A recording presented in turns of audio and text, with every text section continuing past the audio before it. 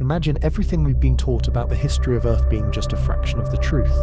The textbooks say humans are the first intelligent species to walk this planet. But what if that's only the story we think we know? What if civilizations far older than us rose, thrived, and vanished without leaving behind the kind of ruins we'd expect to see? Think about it, our entire technological world, from skyscrapers to satellites, has existed for barely a blink of geological time. Yet if humanity disappeared tomorrow within just a few tens of thousands of years, almost every trace of us would crumble into dust, sink beneath oceans, or be swallowed by forests. Plastics would decay, metal would corrode, and even cities would vanish under shifting landscapes. Millions of years later, a new species could rise, just as unaware of us as we are of whatever might have come before. And here's where it gets truly unsettling. Scientists have actually discovered clues buried deep in the Earth that hint at possibilities we're not supposed to consider.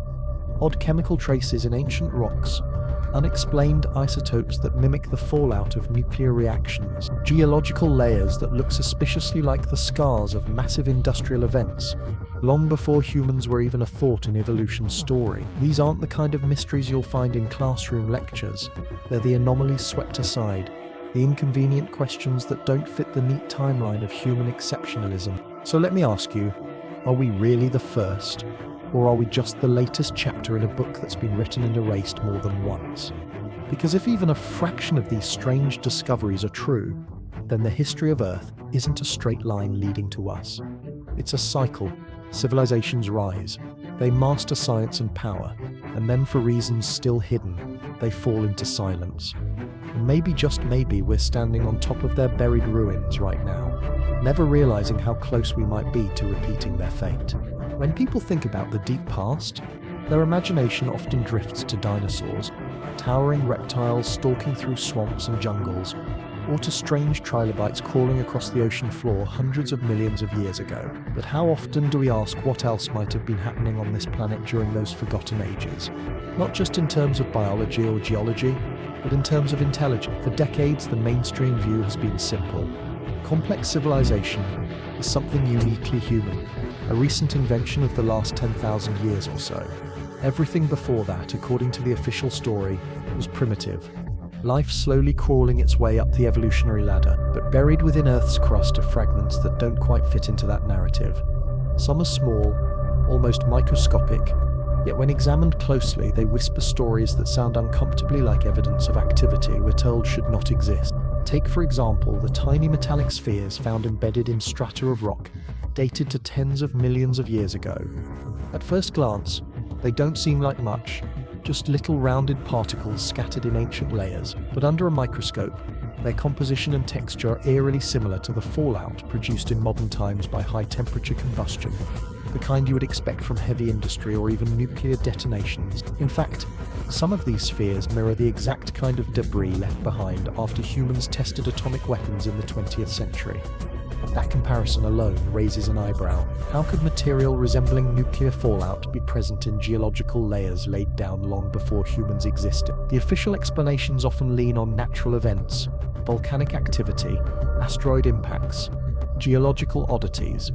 And yes, natural forces can produce strange results, but the striking similarity to human-made industrial byproducts forces us to at least consider the possibility of an earlier advanced process at work. Now, critics are quick to say that these anomalies are just coincidences, that nature can produce all sorts of strange side effects when rocks are compressed, melted and reshaped over vast timescales. But ask yourself this: how many coincidences are we supposed to accept before the pattern becomes undeniable? Because the metallic spheres are only one piece of a much larger puzzle. They're not isolated findings, they're part of a growing body of peculiar discoveries, each one whispering a version of history we've been trained not to imagine. When you put them together, you start to see an outline of something far more extraordinary than volcanic ash or asteroid dust. You start to see the faint fingerprints of civilization, and it isn't just metallic spheres. In certain geological deposits, scientists have detected abnormal isotopes, chemical signatures that match those produced by nuclear fission. Again, the comparison to modern atomic testing is almost unavoidable. Our own nuclear experiments left behind unique isotope patterns that any future geologist, even millions of years from now, would recognize as artificial. Yet we find comparable patterns in rocks far older than humanity. Official explanations exist, of course. Some say these are natural nuclear reactors, rare configurations of uranium deposits that triggered spontaneous reactions underground. And indeed, one such site, the Oklo region in Gabon, Africa, is widely acknowledged as a natural fission reactor that operated nearly 2 billion years ago. But even that discovery raises unsettling questions. If natural geology can sustain nuclear reactions, might we be mislabeling other evidence as natural simply because the alternative that someone engineered it is too uncomfortable to admit? The moment you open yourself to that question, a strange new perspective comes into focus. Imagine a civilization rising millions of years before us. Imagine it discovering power, technology, perhaps even nuclear energy. Imagine it thriving for tens of thousands of years, only to collapse, vanish, and be erased by the slow grind of geology. Over millions of years, everything they built would be buried, crushed, and recycled by Earth itself. Their skyscrapers would dissolve into sand, their machines would oxidize into nothing. The only traces left might be the tiniest signatures, anomalous isotopes, microscopic debris, chemical layers that look suspiciously artificial to those willing to question them. In other words, the exact kind of anomalies we're already finding. This possibility is what makes those tiny metallic spheres so unsettling. They're not spectacular artifacts, not gleaming machines buried in stone, not fossils of alien skeletons clutching futuristic tools. They're subtle, nearly invisible to the naked eye, but in some ways, that makes them even more compelling. Because subtle evidence is exactly what you'd expect to survive over tens of millions of years. Think about how fragile our own artifacts are. A smartphone left in the forest would barely last a century before moisture, bacteria, and weather reduced it to dust. A city abandoned today would be swallowed by vegetation within decades and reduced to rubble in just a few thousand years. Fast forward millions of years, and almost nothing recognizable would remain. If we disappeared tomorrow, the survivors of our existence would not be our buildings or our machines, but strange chemical markers, distorted isotopes, and odd microscopic residues that future beings might one day discover and argue about, just as we argue today about those metallic spheres. What really pushes this question from curiosity into controversy is how often these anomalies are brushed aside in scientific literature.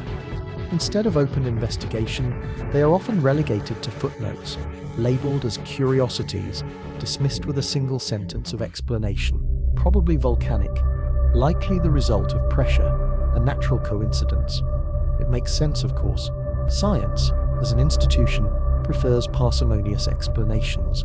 The simplest answer is usually the correct one, and suggesting that there may have been industrial civilizations on Earth tens of millions of years ago is anything but simple. It would upend not only geology but biology, archaeology, and our entire sense of human uniqueness. So the safer path is dismiss. The safer path is to pretend the anomalies don't mean what they look like they mean. But ignoring evidence doesn't make it vanish. The metallic spheres remain, the isotope anomalies remain, the curious chemical residues remain, and when you stack them together, they form the faintest outline of something extraordinary, something that suggests Earth's past may be far stranger and more complex than our textbooks allow. Each sphere, each isotope, each anomaly is like a breadcrumb scattered across the deep past, leading us toward a question most are too afraid to ask out loud. Are we the first to walk this road, or are we simply the most recent? That question alone is enough to keep you awake at night. Because if these anomalies truly are the faint remains of ancient industry, it means Earth has hosted civilization not once, but multiple times. It means the cycle of rise and collapse may be the norm, not the exception. It means that what we call human history is only the latest act in a play that has been performed again and again across eons. And if that's true, then every metallic sphere buried in ancient rock is more than a curiosity.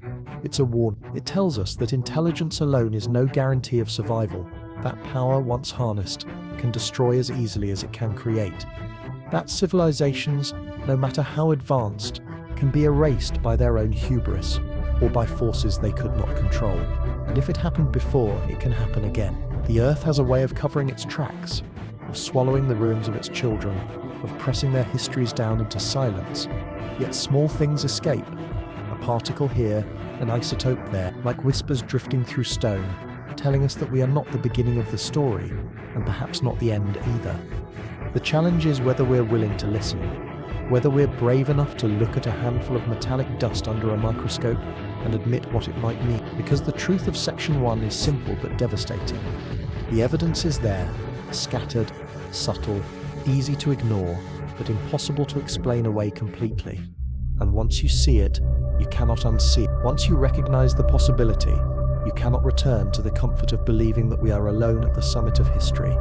You have to face the possibility that our time, like theirs, is temporary, that we are walking a road already walked, and that the footprints of those who came before are still there, just faint enough to vanish unless you're willing to look closer. When the name Alvarez comes up in scientific circles, it often triggers one of the most important stories in modern geology. Back in the late 1970s, father and son duo Luis and Walter Alvarez were studying a peculiar geological layer, just a thin band of clay, only a few centimeters thick, but found across the globe. It marked the precise boundary between the Cretaceous and the Paleogene, about 65 million years ago, the moment when dinosaurs vanished from the Earth almost overnight. This clay layer was laced with an element called iridium, which is rare on Earth's surface but far more common in asteroids. To the Alvarezes, the implication was clear. An enormous asteroid had struck the planet, spreading iridium-rich dust across the world, causing catastrophic environmental collapse and erasing the dinosaurs. At first, the idea was controversial, even ridiculed, but over the years, the evidence piled up. The giant Chicxulub crater in Mexico, shocked quartz crystals, tsunami deposits. Today, their theory is accepted almost universally. The impact ended one age and cleared the stage for mammals, and eventually humans, to dominate the Earth. But here's where the story turns strange. The Alvarez discovery proves something profound about how traces of catastrophe survive across deep time.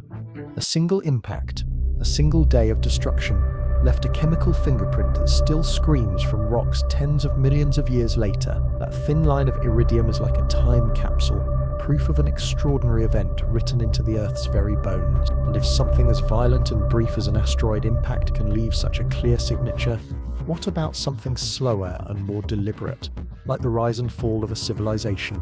Wouldn't we expect to find more than just a thin line? Wouldn't there be layers of artificial chemicals, altered isotopes, industrial debris embedded in sediments, stretching not centimeters but meters thick?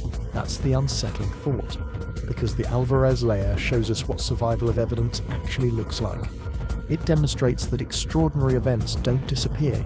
Even after millions of years, they remain detectable, undeniable, no matter how much geology tries to bury them. So if civilizations rose before us, shouldn't there be traces?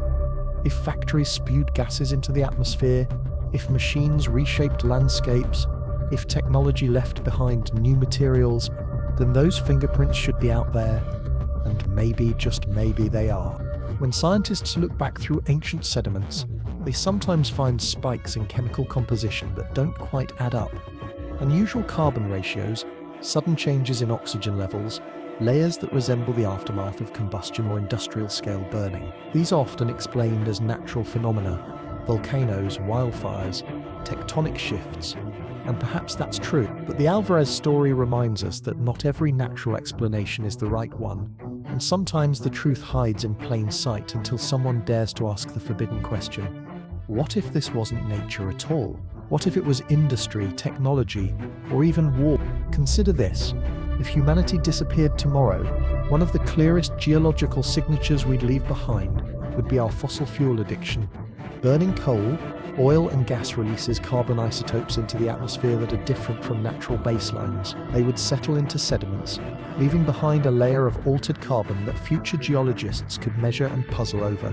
They'd find it sudden, global, and distinct, just like we find certain spikes in the deep past. Officially, these are explained away as climate events or massive volcanic eruptions, but every time you hear that explanation, you have to wonder, are we certain it was volcanoes?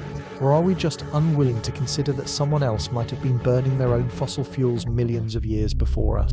The Alvarezes didn't find dinosaur bones etched with asteroid scars.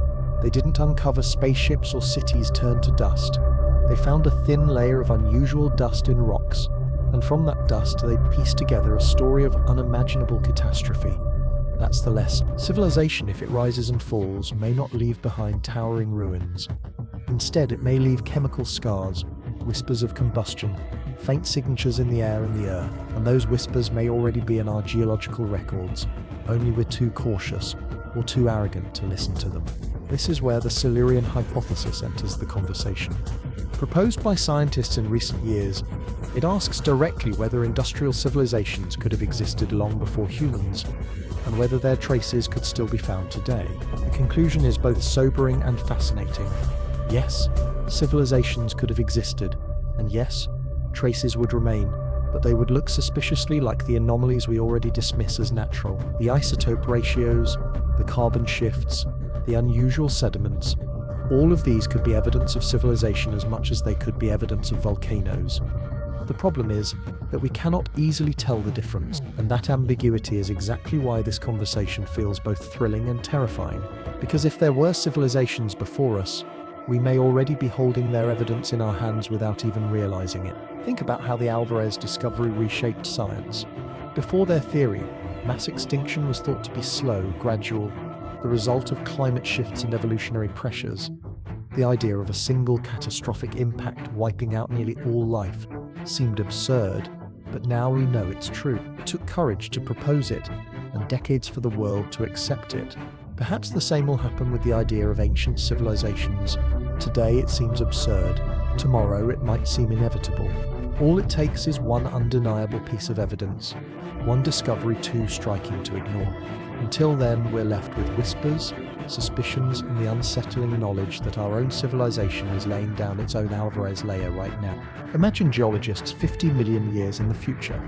Imagine them finding a thin band of plastic microparticles in the sediment, a spike of altered carbon isotopes, a sudden increase in radioactive fallout from nuclear tests. They'd piece together a story about us, just as the Alvarezes pieced together the story of the asteroid. And then they'd look further back and perhaps they'd see other spikes, other anomalies, other strange chemical scars. Would they dare to imagine civilizations before us, or would they, like we do now, dismiss it all as coincidence? Because the idea is too unsettling. The iridium layer at the Cretaceous boundary is often described as the Earth's diary, a single page in which a disaster was recorded in dust. But what if there are other pages, other entries, written in languages we haven't yet learned to read? What if the Earth has been writing the story of civilizations, not just catastrophes, for hundreds of millions of years?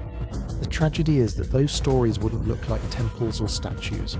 They'd look like chemical puzzles, anomalies in rocks, whispers of technologies long erased, and maybe, just maybe, we've already seen them without realizing it. That's the legacy of the Alvarez discovery.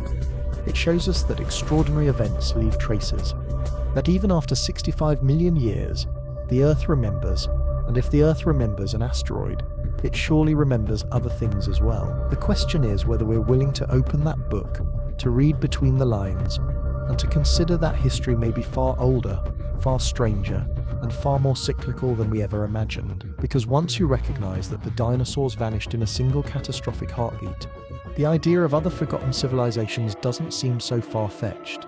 In fact, it begins to feel inevitable. If you flip through the pages of Earth's story, one of the most unsettling chapters doesn't come at the end of the dinosaurs or the rise of mammals, but much, much earlier, 500 million years ago, in what scientists call the Cambrian period. Before this time, life on Earth was relatively simple.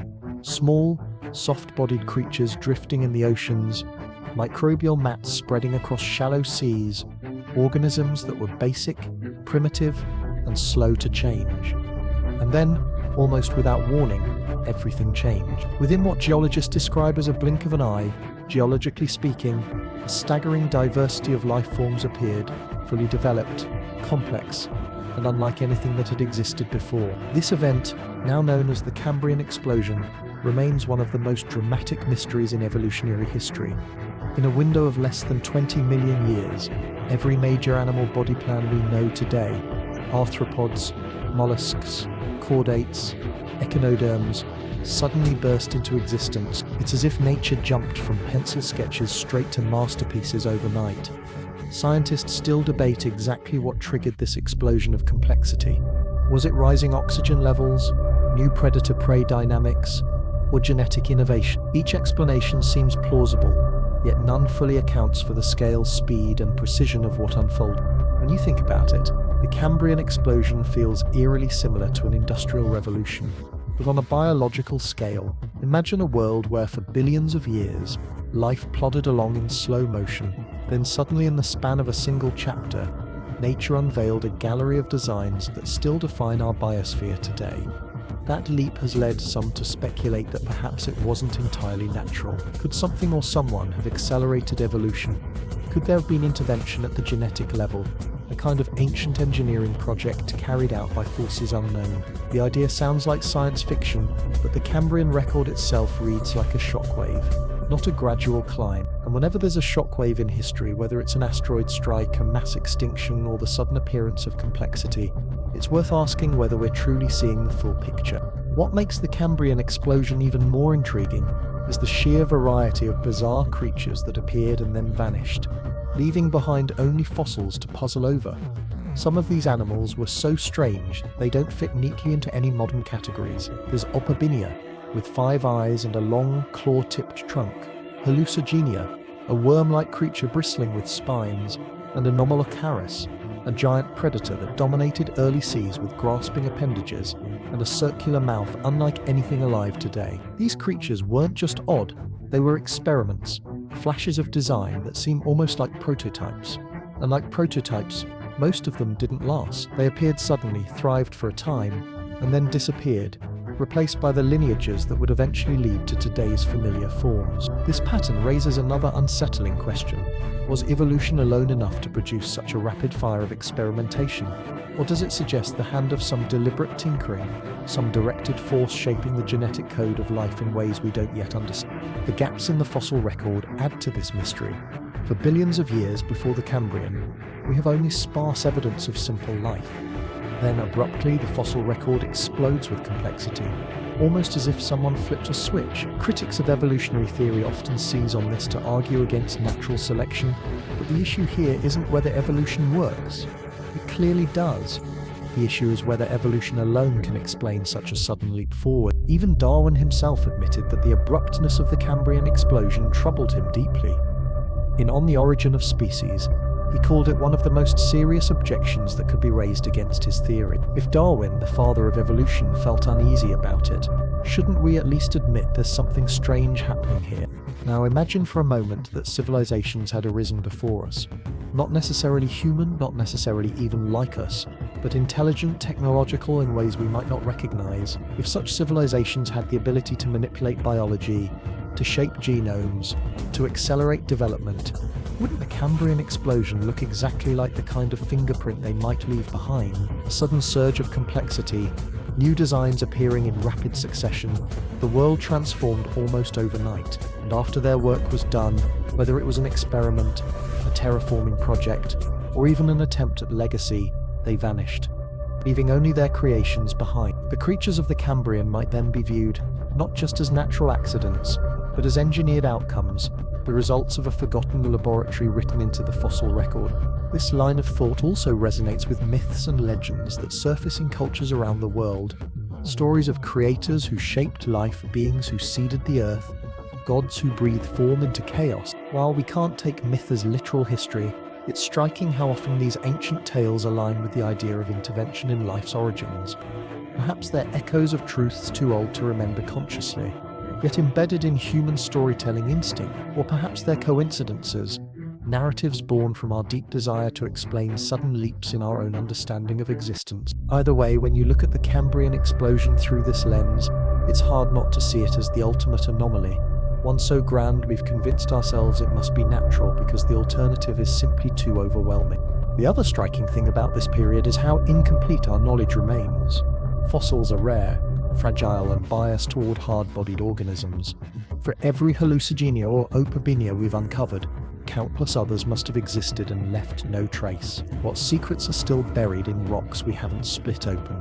What strange experiments in life lie waiting to be discovered in unexplored formations? It's entirely possible that among those hidden fossils are even stranger designs, creatures so advanced, so out of place, they would force us to reconsider everything. But until we find them, we're left with questions, gaps, and the uneasy realization that we might not be seeing the full picture of what happened 500 million years ago. And here's where the Cambrian story ties back into our present. We tend to think of ourselves as unique, as the inevitable result of evolution, the pinnacle of billions of years of development. But the Cambrian reminds us that complexity doesn't unfold in neat steps. It leaps, it stutters, it experiments wildly, and sometimes it erupts in ways that defy explanation. If civilizations rose before us and intervened, they may have left not machines or monuments, but genes and body plans, encoded into the very fabric of life itself. We could be walking around every day carrying their legacy in our own DNA, never realizing that we ourselves are part of the experiment they began. What if the Cambrian explosion wasn't just the dawn of animal life, but the aftermath of a technological intervention? So ancient it now masquerades as natural history. What if those bizarre prototypes weren't failed designs of evolution, but deliberate attempts at building ecosystems, creating balance, or even testing possibilities? And if that's true, what does it say about our place in the story? Are we the inheritors of their experiment? Or are we just the next phase in a cycle of creation and destruction, destined to vanish and leave behind puzzles for whoever comes after? The fossil record may never give us a straight answer. It's fragmented, incomplete, full of gaps we can only guess at. But those gaps themselves speak volumes. They remind us that what we see is only part of the story, that much has been lost, erased, or hidden by time. And in those shadows, in those abrupt leaps, in those explosions of complexity, lies the possibility that Earth's history is not just natural, but deeply unnatural, shaped by hands and minds we can no longer recognize. The Cambrian explosion is not just a chapter of life's history, it's a riddle, and the deeper we look into it, the more we realize that the neat story of gradual evolution is only one interpretation. Another is far stranger, far older, and far more unsettling. That what we see as life's great leap forward may actually be the faint echo of civilizations long forgotten, their experiments still swimming in our oceans, still crawling on our land, and still breathing inside of us. Long before the Cambrian explosion, long before dinosaurs, long before even the simplest animals wriggled across the seafloor, Earth underwent one of the most dramatic transformations in its entire history. It was a change so massive, so violent, and so permanent that it reshaped the destiny of every living thing that followed. Scientists call it the Great Oxidation Event, and on paper it sounds straightforward. About 2 billion years ago, oxygen began to accumulate in the atmosphere for the very first time. Before this moment, Earth's air was almost entirely devoid of oxygen. Life was limited to simple microbes that thrived in environments toxic to us today. Then, seemingly out of nowhere, oxygen levels began to rise. Slowly at first, then more dramatically, until it dominated the atmosphere. This change didn't just alter the chemistry of the air, it was catastrophic. Oxygen, the very thing we depend on to live, was a poison to almost all forms of life at the time. For countless species of ancient microbes, it was a death sentence. The Great Oxidation Event was, in essence, a mass extinction, wiping out entire ecosystems and forcing life to adapt or perish. Yet while the basic explanation is simple, photosynthetic bacteria started releasing oxygen, changing the planet forever. The deeper question is unsettling. Why did this happen then? What caused such a sudden and irreversible shift in the planet's chemistry? Evolutionary biologists point to cyanobacteria, tiny organisms that discovered how to capture sunlight and split water molecules, releasing oxygen as a waste product. Over millions of years, their activity saturated the oceans and eventually spilled into the air. That's the official story. But when you think about it, it reads almost like an engineered process. A group of organisms appears with a revolutionary new ability, reshaping the entire biosphere in a way that just happens to set the stage for more complex life. Coincidence? Maybe, but the timing feels precise, almost too precise, like the flipping of a planetary switch. Now imagine if you weren't just a passive observer of Earth's history, but an active participant. Imagine you had the ability to seed organisms into the environment to change its chemistry deliberately. You wouldn't need massive machines or sprawling infrastructure. All you'd need is biology. Tiny, self-replicating agents capable of multiplying and spreading across the globe. In other words, bacteria. The ultimate terraforming tool. Release enough of them, design them to thrive, and within a few million years, the atmosphere would be completely transformed. To us, that sounds like science fiction. But from the perspective of a civilization millions of years ahead of us, it might sound like basic environmental engineering. And when you frame the Great Oxidation Event through that lens, it starts to look less like an accident of evolution and more like a carefully orchestrated project. Consider what oxygen actually did for Earth. It didn't just poison existing life, it unlocked a new energy source far more efficient than anything life had used before. Respiration based on oxygen yields orders of magnitude more energy than anaerobic metabolism. That energy surplus is what allowed complex multicellular organisms to evolve. Without oxygen, you don't get animals, plants, or eventually us. In other words, the Great Oxidation Event wasn't just a catastrophe, it was a prerequisite for everything that followed. It was as if someone set the stage, clearing out the old players and preparing the world for something greater. If life were a story, this was the moment the author rewrote the rules to allow a new cast of characters. And here's another layer of mystery. Oxygen didn't just rise once. Geological evidence suggests there were multiple oxygenation events spread out over billions of years, each one nudging the atmosphere closer to the balance we know today. The first rise, then a drop, then another rise, almost like someone running experiments, adjusting variables, refining the outcome. Too much oxygen too soon would have caused runaway fires and instability. Too little and complex life couldn't emerge. But the balance eventually settled in a range just right to sustain a planet full of diversity. This just right balance is often framed as a natural Goldilocks coincidence. But coincidences stacked this neatly tend to raise eyebrows. They hint at design, at tuning, at intention hidden in deep time. Some scientists have dared to flirt with this idea, even if only indirectly. They call it the Gaia hypothesis, the notion that life itself regulates the planet, almost as if Earth is a living organism, maintaining its own homeostasis. In this view, microbes didn't just poison the planet, they reshaped it deliberately in service of life's long-term flourishing. But the Gaia hypothesis begs its own question. If life acts as a regulator, who or what designed that system? Did it simply arise spontaneously? Or was it nudged into existence by something smarter, something with foresight? Because foresight is exactly what the Great Oxidation Event looks like. A painful but necessary sacrifice, wiping out billions of organisms to pave the way for greater things. Nature doesn't often work with foresight, but intelligence does. There are even stranger anomalies buried in the rocks of that era. Geologists have found chemical markers suggesting massive fluctuations in carbon cycles, sudden ice ages, and bizarre shifts in ocean chemistry, all clustered around the rise of oxygen. These aren't small changes, these are planet-scale upheavals, as if the entire system was being stress-tested.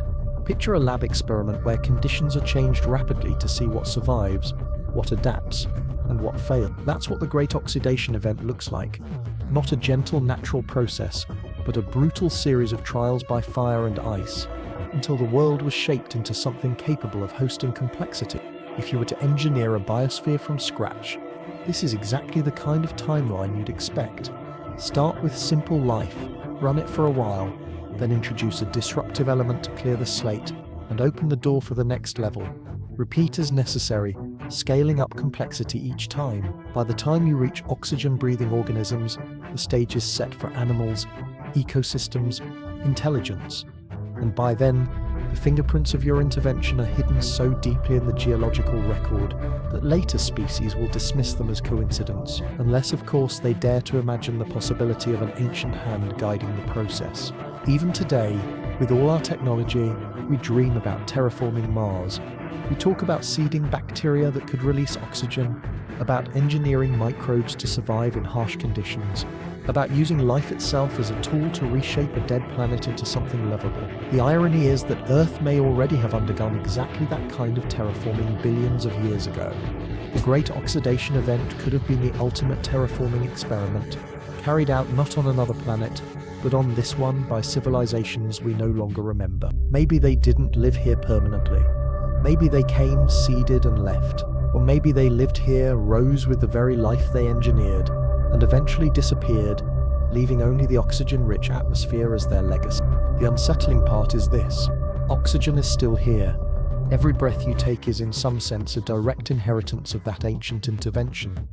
The air that fills your lungs, that keeps you alive, is the product of a catastrophe that wiped out almost everything else. You are literally breathing the results of an extinction event. And perhaps that's the ultimate reminder of how fragile civilizations are. Because if someone or something was capable of altering the entire planet billions of years ago, then the story of Earth is not just a story of biology, it's a story of power. Power to destroy, power to create, power to reset the clock whenever necessary. So when we look back at the Great Oxidation Event, we shouldn't just see it as a natural turning point. We should see it as a possible message, a signal written into the air itself. This world has been shaped before, and it can be shaped again. It may have been designed, tuned, and prepared long before we arrived. And if that's true, then we are not the first inheritors of this planet's atmosphere. We are just the latest ones to breathe it, to build upon it, and perhaps if history repeats itself, to vanish into silence while the air remembers us long after we're gone. When scientists dig into Earth's deep history, one of the most reliable tools they use to understand past events is chemistry. Rocks and sediments don't just sit silently. They preserve traces of what the world was like when they were formed, tiny chemical signatures that act like timestamps. Among the most telling of these are carbon isotopes, subtle variations in the element that all life depends on. Carbon exists in multiple forms, or isotopes, with the most common being carbon-12 and carbon-3. The balance between these isotopes in ancient sediments provides a kind of fingerprint of how life was functioning at the time. Normally the ratio shifts in predictable ways, based on natural processes, photosynthesis, volcanic activity, or the burial of organic material. But sometimes when geologists sample ancient rocks, the isotopic record reveals patterns that don't make sense. Sudden spikes, abrupt drops, or anomalies that mimic the kind of chemical disruptions we ourselves are currently creating with fossil fuel combustion. This is where things get strange, because in the last century, humanity has altered the global carbon cycle so dramatically that future geologists will find a clear signal of our presence in the rock record by burning coal, oil, and natural gas. Organic carbon stored underground for millions of years, we've flooded the atmosphere with carbon-12, leaving behind an isotopic fingerprint so distinct it's already being called the Anthropocene signal. If humanity vanished tomorrow, that spike would remain, a chemical scar marking our brief moment of industrial power. And when scientists look further back in time, they find other spikes, other events that mirror what we are doing today, but that occurred tens of millions, sometimes even hundreds of millions of years before us. The official explanations are familiar: massive volcanic eruptions, runaway methane releases, sudden collapses of ecosystems. But the eerie resemblance to our own industrial signature raises the uncomfortable possibility that these anomalies might not be purely natural. They could be the remnants of industrial activity long before humans existed. One of the most famous examples is the Paleocene-Eocene thermal maximum, or PET-EM, about 56 million years ago. During this event, global temperatures soared by at least 5 to 8 degrees Celsius in just a few thousand years, an astonishingly fast change in geological terms. The carbon isotope record from that time shows a massive injection of carbon-12 into the atmosphere and oceans, nearly identical to the fingerprint our fossil fuel burning is leaving today. Officially, scientists blame volcanic activity, methane hydrates released from the ocean floor, or other natural sources. And maybe that's true, but if a geologist 50 million years from now studied our time period, they would likely say the same thing. Some unusual volcanic activity must have released carbon.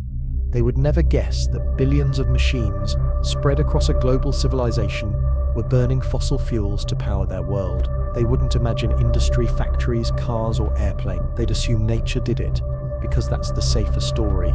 And maybe that's exactly what we're doing when we look back at the PET-EM. Maybe we're looking at the chemical remains of an industrial civilization that lived, thrived, and collapsed tens of millions of years before us, dismissing it as nothing more than volcanic coincidence. But the PET-EM isn't the only anomaly.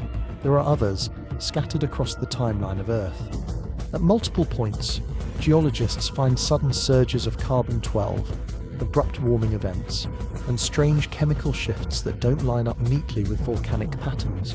These aren't random, isolated quirks, they're recurring signatures, as if the planet has been repeatedly pushed out of balance by bursts of carbon-based disruption.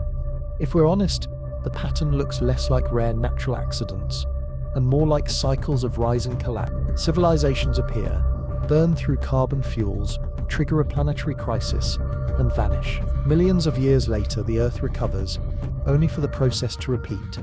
It's a cycle that feels uncomfortably familiar, and we're living it right now.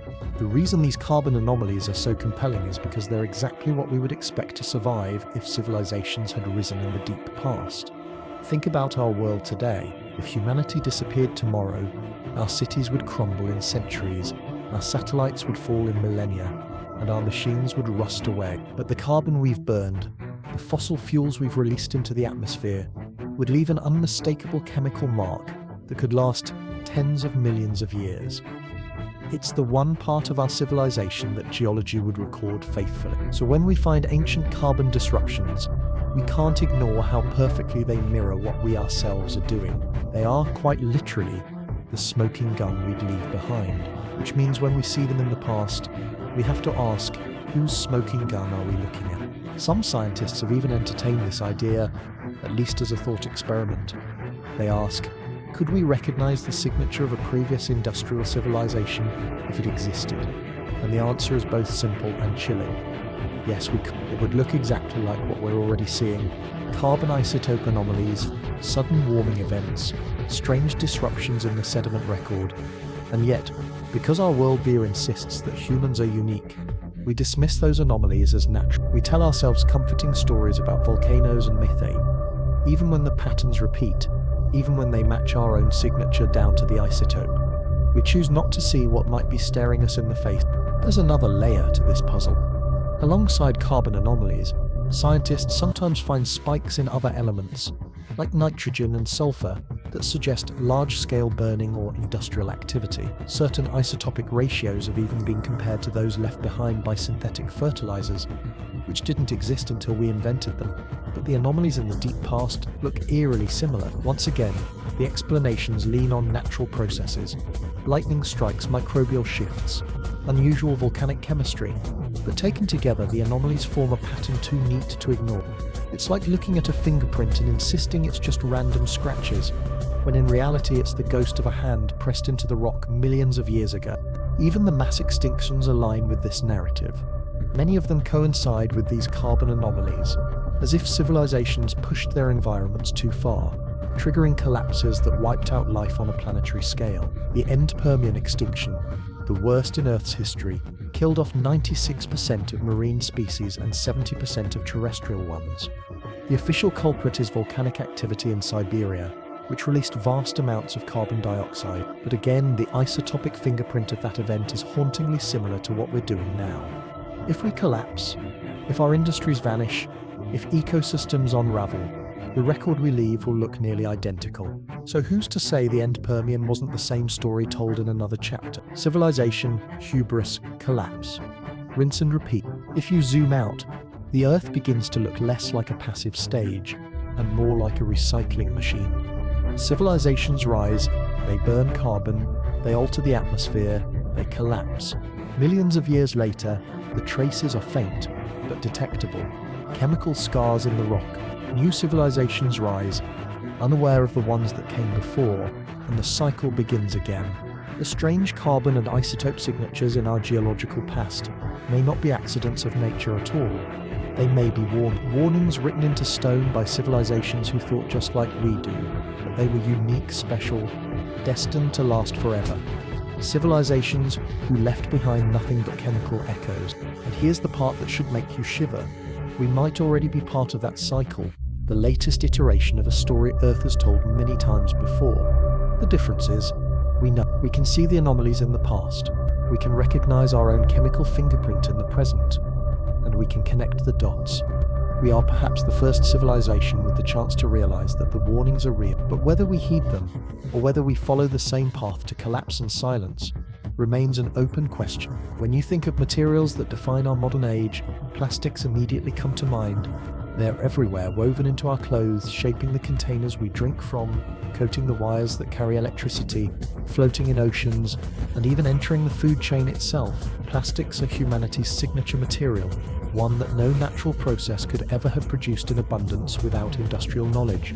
Unlike stone, wood, or metal, plastics are not simply reshaped natural resources. They are synthesized, engineered from petroleum or gas, designed to resist decay, and versatile enough to be used in countless forms. They are the very essence of what separates us from nature, our ability to invent new matter. If our civilization collapsed tomorrow, one of the clearest and most lasting legacies we would leave behind would be plastic. Even as our buildings crumbled and our machines rusted, microscopic fragments of polymers would endure, buried in sediments waiting to be discovered millions of years later. For future beings, plastics would serve as an undeniable marker of an advanced civilization, a material that cannot be mistaken for the handiwork of geology alone.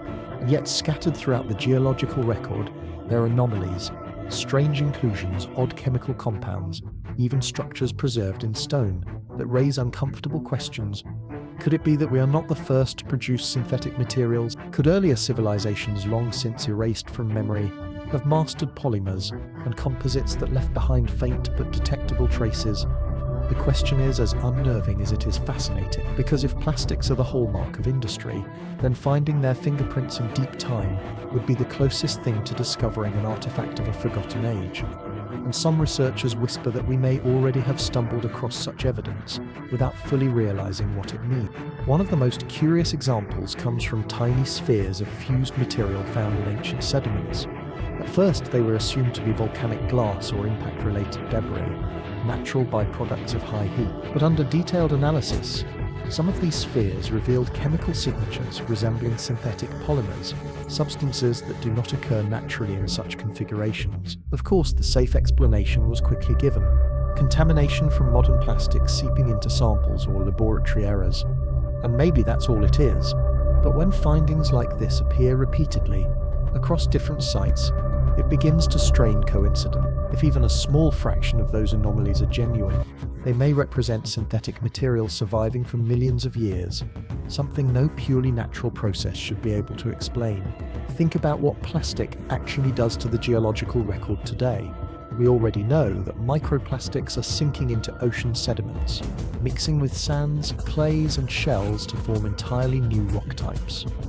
Geologists have even coined a name for this emerging phenomenon: plastiglomerate. These are hybrid stones made of melted plastic fused with natural materials, created by campfires on beaches or by industrial burning. They're forming right now all over the world. Fast forward millions of years, and those plastiglomerates will still exist, buried in layers of rock, as unmistakable signatures of our age. If another species were to rise long after us, they would discover plastiglomerates and realize they were looking at the ruins of an industrial civilization. That realization is chilling, because it forces us to confront what it means when we find odd inclusions in ancient rock that don't fit the natural story. Could they be plastiglomerates from a civilization that came and went before us? Some might dismiss the idea immediately, saying plastics cannot survive millions of years. But survival isn't the point. What survives in deep time are transformations, not intact objects. A plastic bag may decay, but its polymers can leave behind chemical residues, altered isotopes, and fossilized structures inside rock matrices. Our own time will not be remembered by intact bottles and toys, but by chemical ghosts embedded in sediments, forming unusual compounds future scientists will struggle to explain. And when we look into ancient geological layers, we sometimes find precisely those kinds of chemical ghosts: long-chain hydrocarbons in contexts where they shouldn't exist, unusual polymers in fossil deposits, synthetic-looking inclusions with no obvious natural origin. The explanations offered are usually contamination, misinterpretation, or coincidence, but again the pattern nags. If nature truly produced such things on its own, why are they so rare, so localized, and so reminiscent of human industry? Another unsettling angle comes from the study of amber and ancient resins. In certain cases, inclusions have been found inside amber that contain structures resembling fibers or filaments of unknown composition. While many are assumed to be fungal or plant-based, some exhibit properties more consistent with engineered fibers, resistant to decay in ways no natural organic thread should be. If confirmed, these could represent synthetic fibers preserved for tens of millions of years, locked away in nature's perfect time capsule. The implications would be staggering: clear evidence of industrial manufacturing deep in Earth's past. But because such claims fall outside accepted narratives, they rarely gain traction. Scientists prefer the safer explanations, even when those explanations stretch thin. There's also the matter of mystery artifacts discovered throughout the last 2 centuries.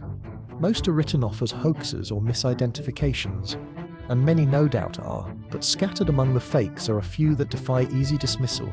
Metallic objects embedded in coal seams millions of years old, precision-carved spheres found in ancient strata, and even reports of manufactured-looking alloys in contexts that predate humanity. The mainstream reaction is always the same: contamination, intrusion from later periods, or outright fabrication. Yet the very existence of these reports, repeated across decades, suggests at least a possibility that we've overlooked something. If advanced civilizations did exist long before us, their most lasting traces would not be statues or monuments, but precisely these kinds of synthetic anomalies, materials out of place and out of time. What makes this especially intriguing is that our own materials are evolving toward resilience in deep time. Today we engineer polymers and composites not just for utility, but for durability. Materials designed to resist decay, corrosion and breakdown. Carbon fiber composites, advanced ceramics, reinforced polymers. These are substances that could, in the right conditions, survive millions of years.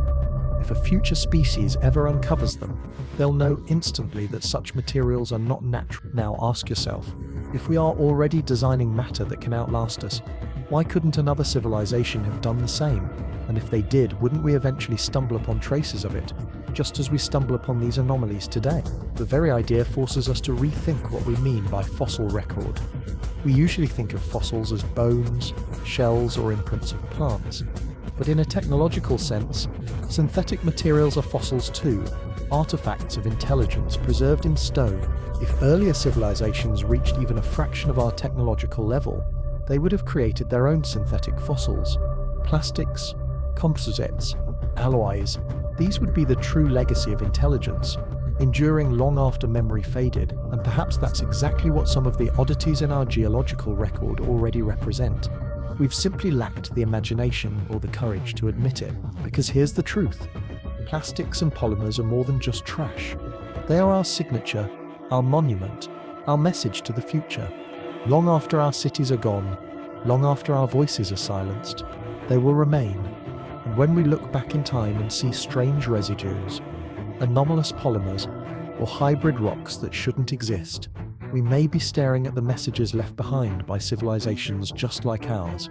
Civilizations who thought they would last forever, only to vanish, leaving behind nothing but the silent persistence of their material. We think of ourselves as unique, but perhaps we are only repeating what has been done before. And if we are, then the strange materials buried in Earth's deep history are not accidents. They are warning. They tell us that industry is not enough to save a species from collapse, that the materials we invent outlive us, and that in the end, the only thing history remembers is what we leave behind in the rocks. If there is any signature of technology that seems too powerful, too dangerous, too unmistakable to ever be confused with natural processes, it is nuclear energy. The splitting of atoms is not something nature does easily. It requires precision, conditions, and knowledge that, at least in our experience, belong solely to advanced civilization. Nuclear weapons and reactors are, in many ways, the ultimate line in the sand between the primitive and the modern. And yet, when we look into the deep past, we find unsettling evidence that nuclear-like processes have occurred on Earth long before humans ever existed. The most famous example lies in the heart of Africa, in Gabon, where a uranium deposit at Oklo stunned scientists when they realized it had once functioned as a natural nuclear reactor nearly 2 billion years ago. The Oklo site is, on the surface, a triumph of natural coincidence. The uranium there was unusually enriched in the fissile isotope U-235, and groundwater flowing through the deposit acted as a moderator, slowing neutrons just enough to sustain a chain reaction. For hundreds of thousands of years, the site burned, producing heat and leaving behind distinctive isotope ratios identical to those produced in man-made reactors. When French scientists discovered this in the 1970s, they were floored. The isotopic composition of Oklo's uranium didn't match what they expected from a natural ore body. It looked exactly like the spent fuel of a nuclear reactor. At first, they suspected theft, thinking someone had mined the uranium in modern time. But no, the isotopic anomalies were ancient, far older than humanity itself. Officially, Oklo is considered a natural reactor, a freak of geology that just happened to mimic human technology. But think about how extraordinary that claim really is. Out of all the processes Earth has produced in billions of years, it just so happened to assemble the perfect conditions for a nuclear reactor, and it just so happened to sustain it for millennia. For some, Oklo is a scientific marvel. For others, it's something far stranger. Perhaps not a natural accident at all, but the faint trace of a technological process carried out in the unimaginable deep past. After all, what better way to hide the evidence of nuclear activity than to label it as a natural quirk? But Oklo isn't the only nuclear mystery. Around the world there are reports of isotope ratios in rocks and sediments that don't quite fit natural explanations. In certain deposits, uranium and plutonium isotopes appear in proportions indistinguishable from the byproducts of nuclear fission. In Kazakhstan, samples have been found that mimic the fallout patterns of 20th century weapons testing, yet they are dated to millions of years ago. In India, ancient layers of soil contain glass-like material fused into form by temperatures higher than any volcano or wildfire could achieve, temperatures only nuclear detonations or asteroid impacts could produce. The mainstream explanation, of course, is meteor strikes or lightning-induced vitrification, but the distribution and isotopic anomalies in some of these sites bear an eerie resemblance to test ranges like Nevada or Semipalatinsk. If this evidence were presented out of context, if someone told you it was the aftermath of nuclear war in the mid-20th century, you'd believe it without hesitation. The isotope ratios, the vitrified sands, the localized destruction, they are all hallmarks of atomic energy unleashed violently. But because the dates assigned to these deposits stretch back millions of years, we are told it cannot possibly be the result of civilization. We are told to look away, to accept that it was only natural forces at work. And maybe that's true, but the echoes are too strong to dismiss completely, because we know from our own actions exactly what nuclear signatures look like, and when we find those signatures in the distant past, the line between nature and technology begins to blur in uncomfortable ways. Now, imagine for a moment what our own nuclear legacy will look like millions of years from now. Even if every reactor were shut down today, even if every warhead were dismantled, the isotopes we've created will endure. Plutonium-239, with a half-life of over 20, technetium-99, half-life of 210,000 years, iodine-29, half-life of 15.7 million years.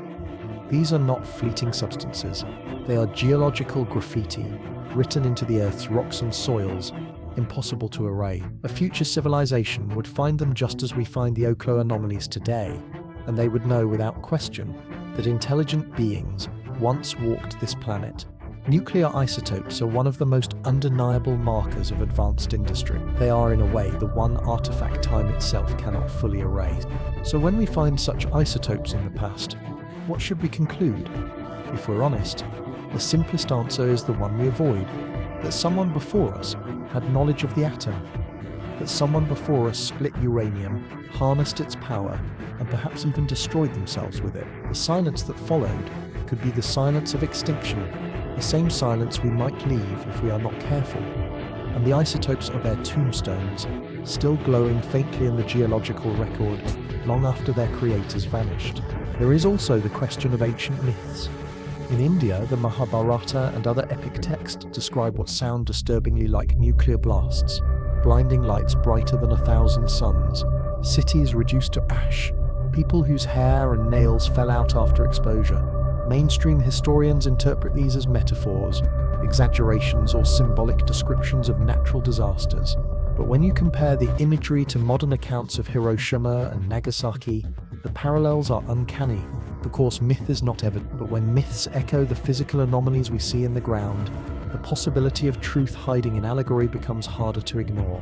What if these myths are cultural memories of ancient nuclear wars, passed down across generations, distorted into legend but rooted in events that truly happened? Skeptics will say all of this stretches too far, that isotope anomalies and vitrified sands can be explained naturally, but myths are just myths.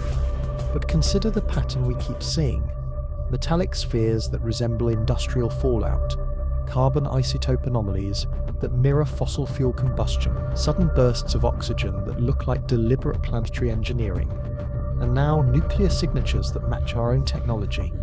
One anomaly might be coincidence, two might be chance, but when you find anomaly after anomaly, all pointing toward processes indistinguishable from advanced civilization. At what point does it stop being coincidence and start being evident? The nuclear story is perhaps the most chilling of them all, because it points not just to the existence of ancient intelligence, but to its destruction. Nuclear energy is a double-edged sword. It can power cities, but it can also annihilate them. If civilizations before us mastered the atom, it's possible they fell to the same temptation we face today. Perhaps they waged wars with weapons of fire, erasing themselves and leaving only radioactive scars in the earth. Perhaps they built reactors that ran out of control, contaminating landscapes for millennia, until time buried the evidence. Either way, the result would be the same: silence, collapse, and the faint isotopic whispers that remain for us to puzzle over. And here's the sobering thought: if nuclear anomalies in the past really are the fingerprints of lost civilizations, then we are not just repeating their rise, we may be repeating their fall. We are walking the same dangerous path, wielding the same power, standing on the same precipice. The rocks tell us a story, not just of geology but of hubris, of power too great to control, of civilizations that thought they were immortal until they weren't. And perhaps the greatest tragedy is that we dismiss these warnings as coincidences, even as we write the same story again in real time. Because whether we admit it or not, nuclear energy is the truest marker of civilization, and the past already bears its marks. The only question that remains is whether we will add ourselves to the cycle, another civilization leaving behind isotopic signatures for someone else, millions of years in the future, to discover and dismiss. When we talk about extinction, we tend to imagine sudden catastrophes from the outside, asteroids slamming into the Earth, volcanic infernos blackening the skies, or climate shifts so brutal that life itself suffocates. And indeed, Earth's history is scarred with such events. At least 5 times in the past 500 million years, the planet has undergone mass extinctions so severe they reset the entire trajectory of evolution. The dinosaurs are the most famous victims, wiped away 65 million years ago by a cosmic collision. But they are only one chapter in a much longer, darker book. The fossil record is littered with collapses, and yet, what if not all of them were natural? What if some of these extinctions were the direct result of civilizations who came before us, beings who burned too hot, reached too far, and brought about their own annihilation? When you look at the evidence closely, the possibility no longer feels like wild speculation. It begins to feel like a pattern. Take the most devastating extinction of them all, the Permian-Triassic event, often called the Great Dying. About 2052 million years ago, life on Earth nearly ended altogether. More than 90% of marine species vanished. Entire groups of animals disappeared, never to return. The cause, according to mainstream science, was a massive outpouring of lava in Siberia, volcanic activity so extreme it released gigatons of carbon dioxide, triggering runaway warming, ocean acidification, and ultimately ecological collapse. The world's ecosystems suffocated in toxic air and poisoned seas. That's the accepted version. But look closer at the evidence, and you'll find troubling details. The carbon isotope anomalies from that time don't just match volcanic signatures, they eerily resemble the kind of disruptions we are creating today by burning fossil fuels. The atmosphere became loaded with carbon-12, oceans grew anoxic, and chemical traces suggest widespread combustion of organic material on a scale greater than any natural wildfire could explain. What would leave behind such a chemical fingerprint if not the byproducts of an industrial civilization consuming carbon fuels at a planetary level? Imagine a society hundreds of millions of years ago that had mastered the burning of fossil fuels, just as we have. Imagine them growing, expanding, and industrializing until their consumption tipped the climate into chaos. The result would look exactly like what we see in the end Permian record: rapid warming, oxygen-depleted oceans, mass death. It would leave behind the same isotopic scars we ourselves are writing into the rocks today. And because 250 million years is long enough to erase almost every artifact of their existence, all that would remain would be the chemical echoes, which is exactly what we find. If our own civilization collapsed tomorrow, that is the legacy we would leave too. A faint carbon signature, a layer of unusual isotopes, a mass extinction event in the fossil record. The similarity is uncanny. And the Permian isn't the only extinction that raises questions. The Triassic-Jurassic extinction, about 20 million years ago, shows a similar pattern: abrupt climate shifts, chemical anomalies, and sudden collapses of ecosystems. Officially, it's attributed to volcanic outgassing once again, this time from the Central Atlantic magmatic province. But the isotopic spikes in the rocks are indistinguishable from massive fossil fuel combustion. Once again, the official story leans on volcanism, because volcanism is the safe explanation, the one that doesn't challenge our belief that humans are the first and only industrial species. But what if the reason these events look so much like modern-day pollution is because they are the same thing, just written by different hands in different eras? Civilizations rise, consume carbon, destabilize the planet, and vanish. Nature recovers. The cycle repeats. Even the more mysterious extinctions like the Devonian crises around 30-75 million years ago show odd parallels. During this time, ocean life collapsed in a series of pulses, with sudden drops in biodiversity that don't align neatly with a single asteroid impact or volcanic eruption. Instead, we find signs of disrupted nutrient cycles, anoxic oceans, and strange chemical residues. Some scientists suggest that plants expanding on land may have triggered ecological collapse by altering soil chemistry and rivers. But could there be another explanation? If industry had existed then, if fossil fuels had been exploited, the resulting carbon release and nutrient imbalance would look very similar. And because all physical evidence of industry would be long gone, the only markers left would be these chemical disruptions, markers we already see. Then there is the Ordovician Silurian extinction, over 400 million years ago. Mainstream theory blames it on a sudden ice age, followed by warming that disrupted shallow marine ecosystems. Yet buried in the isotopic record are strange swings in carbon ratios, rapid changes that look less like slow natural processes and more like abrupt forced alterations of the atmosphere. The kind of alterations we are producing right now. We are living proof that intelligent species can cause planetary scale disruption. Why should we assume we are the first to do so? Of course, skeptics will insist that these explanations are unnecessary, that natural forces are sufficient to explain every extinction. Volcanism, asteroids shifting continents, orbital cycles, and yes, those forces are real and powerful. But isn't it strange how often the evidence lines up with what an industrial collapse would produce? Isn't it strange how mass extinctions are not just random, but patterned, each one preceded by chemical anomalies that mirror our own? At a certain point, the parallels become difficult to ignore. Maybe the reason these events feel familiar is because they are familiar. We are walking the same path, writing the same story into stone, just as others did before us. The idea becomes even more unsettling when you consider how selective these extinctions were. Some groups of organisms were annihilated, while others survived and flourished. After the Permian, for example, reptiles that would give rise to dinosaurs expanded rapidly. After the Cretaceous, mammals took over. It's almost as if each extinction didn't just wipe the slate clean, but cleared the way for something new, sometimes brutally, almost efficiently. If civilizations were involved, deliberately or accidentally, then perhaps they weren't just victims of these extinctions. Perhaps they were catalysts. Perhaps some events were the unintended consequences of technology, while others were deliberate, even calculated. The use of weapons on a planetary scale, the kind that could sterilize ecosystems and reset evolution, would leave exactly the kind of scars we see in the record: abrupt collapse, followed by renewal. And that thought leads to an even darker possibility.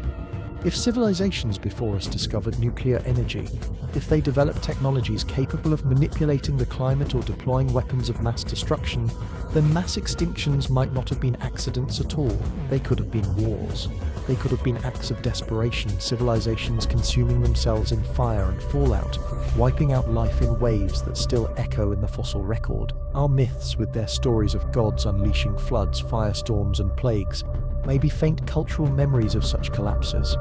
The rocks tell us the same story in their own language: sudden spikes, abrupt losses, silence.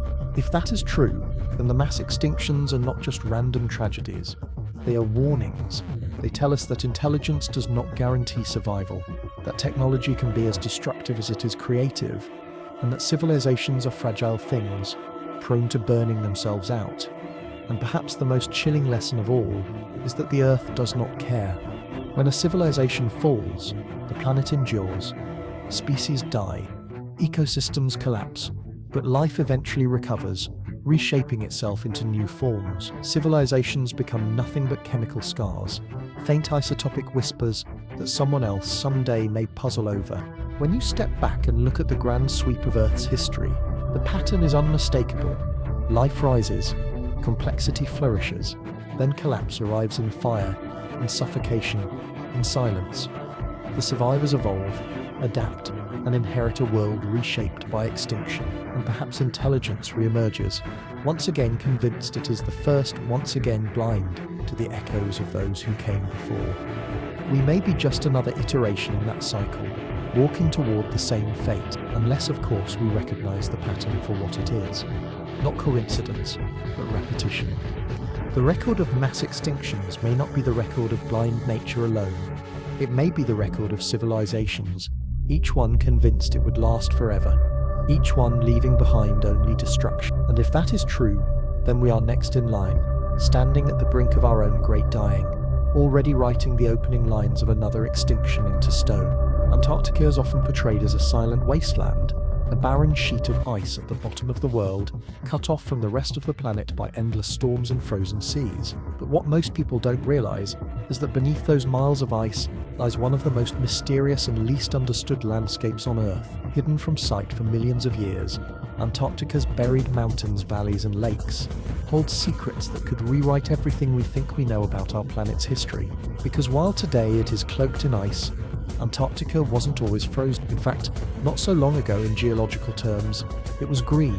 Lush forests thrived there, rivers ran freely, and entire ecosystems of plants and animals flourished in what is now an icy tomb. Scientists drilling into ancient sediments have found pollen, plant fossils, even traces of rainforests that once grew there. And the deeper they look, the more the story begins to shift from natural wonder to something far stranger.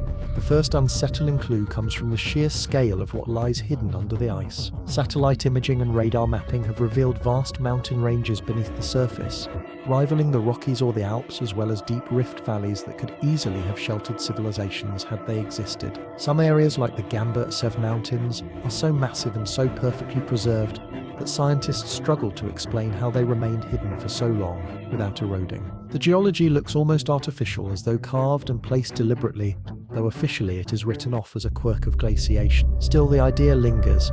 If advanced civilizations had ever flourished in Antarctica during its warmer ages, their ruins would now lie sealed beneath miles of ice, preserved like insects trapped in amber, unreachable but not erased. Then there are the subglacial lakes.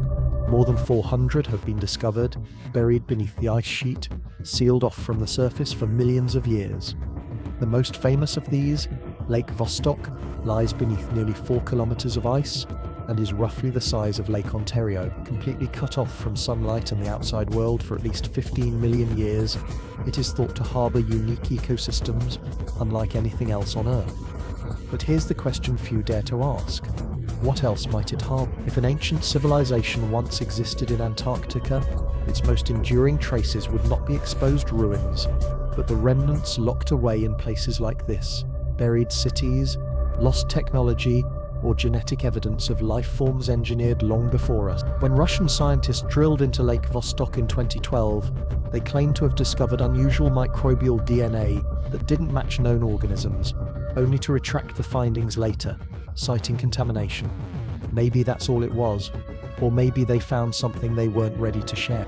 The strangeness doesn't stop there. In recent decades, Antarctica has been the subject of countless rumors and whispered stories, satellite images that briefly appeared online showing what looked like giant, unnatural structures, aerial photos of geometric patterns peeking through the ice, suddenly explained military expeditions by multiple nations. While most of these accounts are dismissed as conspiracy theories, the timing and secrecy surrounding Antarctica's exploration only fuel the mystery. Why do so many world powers maintain strict, nearly impenetrable control over access to this frozen desert? Why does the Antarctic Treaty, signed in 1959, lock down the continent more tightly than almost any other place on Earth, forbidding military activity and resource exploitation under the guise of protecting science? Some argue it's because Antarctica is a vault, a place where secrets too dangerous or too disruptive are hidden beneath the ice. Secrets that could shatter our understanding of history. One of the most tantalizing possibilities lies in the idea that Antarctica may have once been the cradle of an advanced civilization, perhaps even a lost branch of humanity or another intelligent species entirely. The theory isn't new. Early explorers speculated that the continent could be the location of Atlantis, Plato's legendary lost world, swallowed not by the sea but by ice. Piri Reis, a 16th century admiral whose famous map includes parts of Antarctica drawn with uncanny accuracy, has been cited as evidence that someone knew of its coastlines long before modern discovery, when the continent was supposedly still ice-free. Skeptics dismiss this, attributing the map's accuracy to chance or reinterpretation, but the coincidence gnaws at the imagination. How could Renaissance mapmakers have charted a frozen continent beneath ice they could never have seen, unless they had access to knowledge passed down from a much older source? The scientific record only adds fuel to the fire. Cores drilled deep into Antarctic ice, and sediments reveal periods in which the continent was far warmer than today, warm enough to support thriving forests and complex ecosystems. Some estimates suggest that as little as 2 million years ago, parts of Antarctica may still have been habitable. That's recent enough that if any civilization had developed there, traces of it could remain, and yet we have barely scratched the surface. Less than 1% of Antarctica's subglacial environment has been directly explored. The rest remains an untouched vault, a library of secrets waiting to be uncovered. And then there are the anomalies no one can easily explain. Strange magnetic readings from beneath the ice, massive circular depressions detected by ground-penetrating radar that resemble buried impact craters or artificial domes, sudden bursts of seismic activity in areas thought to be geologically quiet. Some of these phenomena are undoubtedly natural, but taken together, they form a pattern that feels almost deliberate, as though something is stirring beneath the ice, something that has been hidden for longer than our species has existed. If we discovered undeniable signs of a lost civilization tomorrow, Antarctica would be the most likely place. What makes Antarctica even more unsettling is its role as a kind of time capsule for humanity's future. If our civilization collapses, if the world warms and seas rise, most traces of us will vanish. But if Antarctica remains frozen, it will preserve what lies beneath in ways no other landscape can. Our ruins, our artifacts, our genetic material, they could endure there, waiting for whatever comes next. In a sense, Antarctica is not just the graveyard of past civilizations, it is the graveyard of all civilizations, past and future, the one place where the planet buries its deepest secrets. The silence of Antarctica is deceptive. To most it is nothing but ice and emptiness, but under the surface, the story is far richer. Rivers flow in darkness, lakes teem with unknown life, mountains rise in secret, untouched by time. Perhaps, just perhaps, ruins sleep beneath the glaciers, the bones of a civilization erased from memory but not from stone. If we are bold enough to look, if we dare to peel back the ice, we may find proof that we are not the first to rise. The irony, of course, is that we may never get that chance. The ice is retreating faster than ever, melting under the pressure of our own warming world, and as it does, whatever secrets Antarctica has kept for millions of years may finally be revealed. The only question is whether we'll be ready for what we find, because when the ice gives up its dead, the story of Earth may turn out to be far stranger and far older than we've ever dared to imagine. For most of us, myths are just stories, legends told around fires, echoes of imagination passed from one generation to the next. But what if those stories are more than fantasy? What if they are memory, distorted by time but rooted in events so profound that they burn themselves into the human psyche? And what if the strange maps and fragments of ancient knowledge that occasionally surface are not accidents, but the remnants of something older, something carried across millennia by people who never fully understood the origins of what they were preserving? Because if earlier civilizations once walked this earth, their voices would not come to us as ruins or machines. They would come as whispers, maps without explanation, myths without context, riddles carved into stone. And when you look closely at the record, you find those whispers everywhere. The most famous example is the Piri Reis map, drawn in 1513 by an Ottoman admiral and cartographer. On its surface, it looks like a typical Renaissance world map, pieced together from sailors' accounts and earlier charts, but there is one detail that has puzzled researchers for centuries: its depiction of Antarctica. The Piri Reis map shows a southern continent, not covered in ice, with coastlines that align startlingly well with modern seismic surveys of Antarctica's subglacial terrain. Yet Antarctica wasn't officially discovered until 1820, and its ice-free coasts haven't been visible for millions of years. How could a 16th century mapmaker have drawn what he could never have seen? Skeptics argue it's a coincidence, a misinterpretation of South America's coastline, or creative guesswork. But the more precise the alignment appears, the harder it is to dismiss. And if it really does show Antarctica as it was before the ice, then the knowledge behind the map had to come from someone who lived long before recorded history. The Piri Reis map isn't unique. Other ancient charts, like the Oronteus Phoneus map of 1531 or the Bawashe map from 1737, also appear to depict southern landmasses with uncanny accuracy, suggesting a source older than the civilizations that drew them. These maps claim to be based on earlier documents, copies of copies, fragments of knowledge passed down through hands that never knew their origin.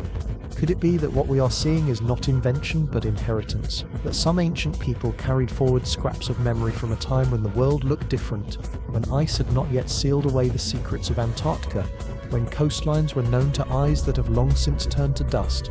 If that is the case, then myths and legends might serve the same function. Archives of events too massive to forget, too alien to fully understand.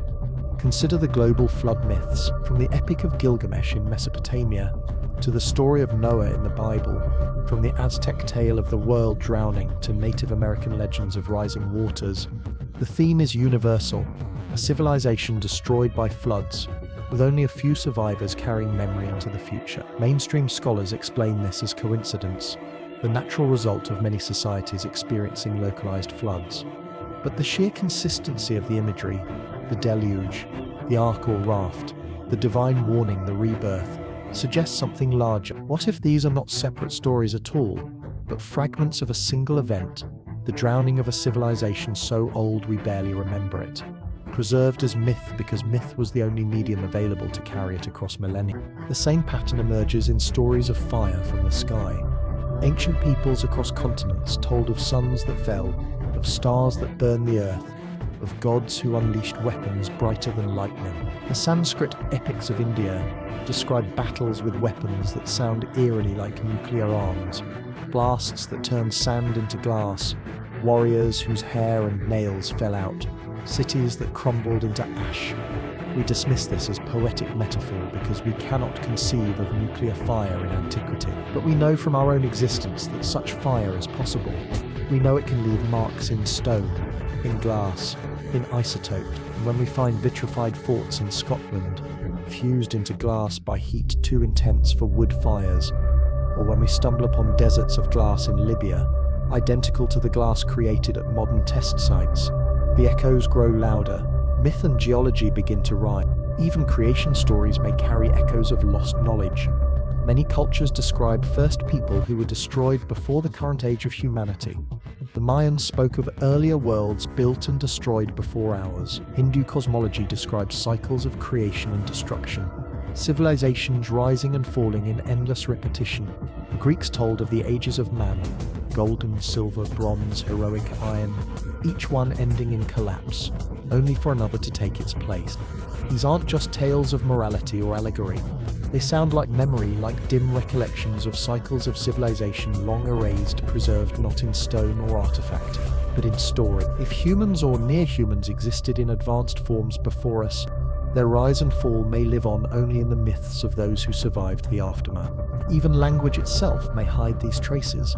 Some ancient words and symbols appear across cultures with no clear origin, as if inherited from a common but forgotten source. The universal fascination with serpents, for example, creatures of wisdom, danger, and rebirth, appears in mythologies from Mesoamerica to Mesopotamia, from Asia to Africa. Could the serpent be a memory of knowledge handed down from a civilization long gone? A symbol of power so deeply etched into the collective unconscious that it survives across time and space? Or consider the global presence of megalithic architecture from pyramids in Egypt and Mesoamerica to stone circles in Europe and massive complexes in Asia. Each culture claims these as their own, but their similarities suggest either coincidence or the influence of an older tradition that seeded the idea of monumental stone building across the globe. What makes all of this so compelling is that we already know memory can survive in distorted forms for astonishing lengths of time. Oral traditions among Aboriginal Australians describe landscapes as they were more than 10,000 years ago, before rising seas drowned coastlines. Modern scientists have verified that these stories, passed down through countless generations, accurately reflect geological changes. If memory can last 10,000 years in oral tradition, what about 100,000? What about 1,000,000? Myths may not preserve detail, but they preserve essence. And if they preserve essence, then perhaps they are the only surviving records of civilizations wiped clean from the earth. Maps, myths, and cultural memory individually, they can be explained away. A coincidence of cartography, a metaphor in poetry, a shared archetype of the human mind. But taken together, they form a chorus. They whisper the same themes again and again: lost lands, great floods, fire from the heavens, cycles of rise and fall, knowledge inherited from those who came before. When those whispers align with the geological record, when myths of fire match vitrified glass, when maps of ice-free Antarctica match seismic data, when stories of floods align with sudden sea level rises, the boundary between story and history begins to dissolve. Maybe we've been looking at this wrong the entire time. We expect the past to speak to us in artifacts, metal tools, broken machines, ancient writing carved into stone. But what if civilizations that came before us left their mark in a different way? What if they chose or were forced to leave their legacy in the only medium that can survive the erasure of time? Story? We may never find their cities, their machines, their books, but we already have their voices, carried in myths that span the globe, in maps that seem too precise for their era, in cultural memories that echo with events older than recorded history. We've dismissed them as fiction. But what if fiction is simply the survival of truth in a language we no longer understand? The possibility should shake us. Because if myths and maps are truly the fragments of civilizations erased, then we are not unique. We are not the first. We are simply the latest verse in a poem that Earth has been reciting for millions of years. A poem of rise, hubris, and collapse, told again and again with only whispers left behind. And maybe the greatest tragedy is that we keep ignoring those whispers even as we write ourselves into the same story.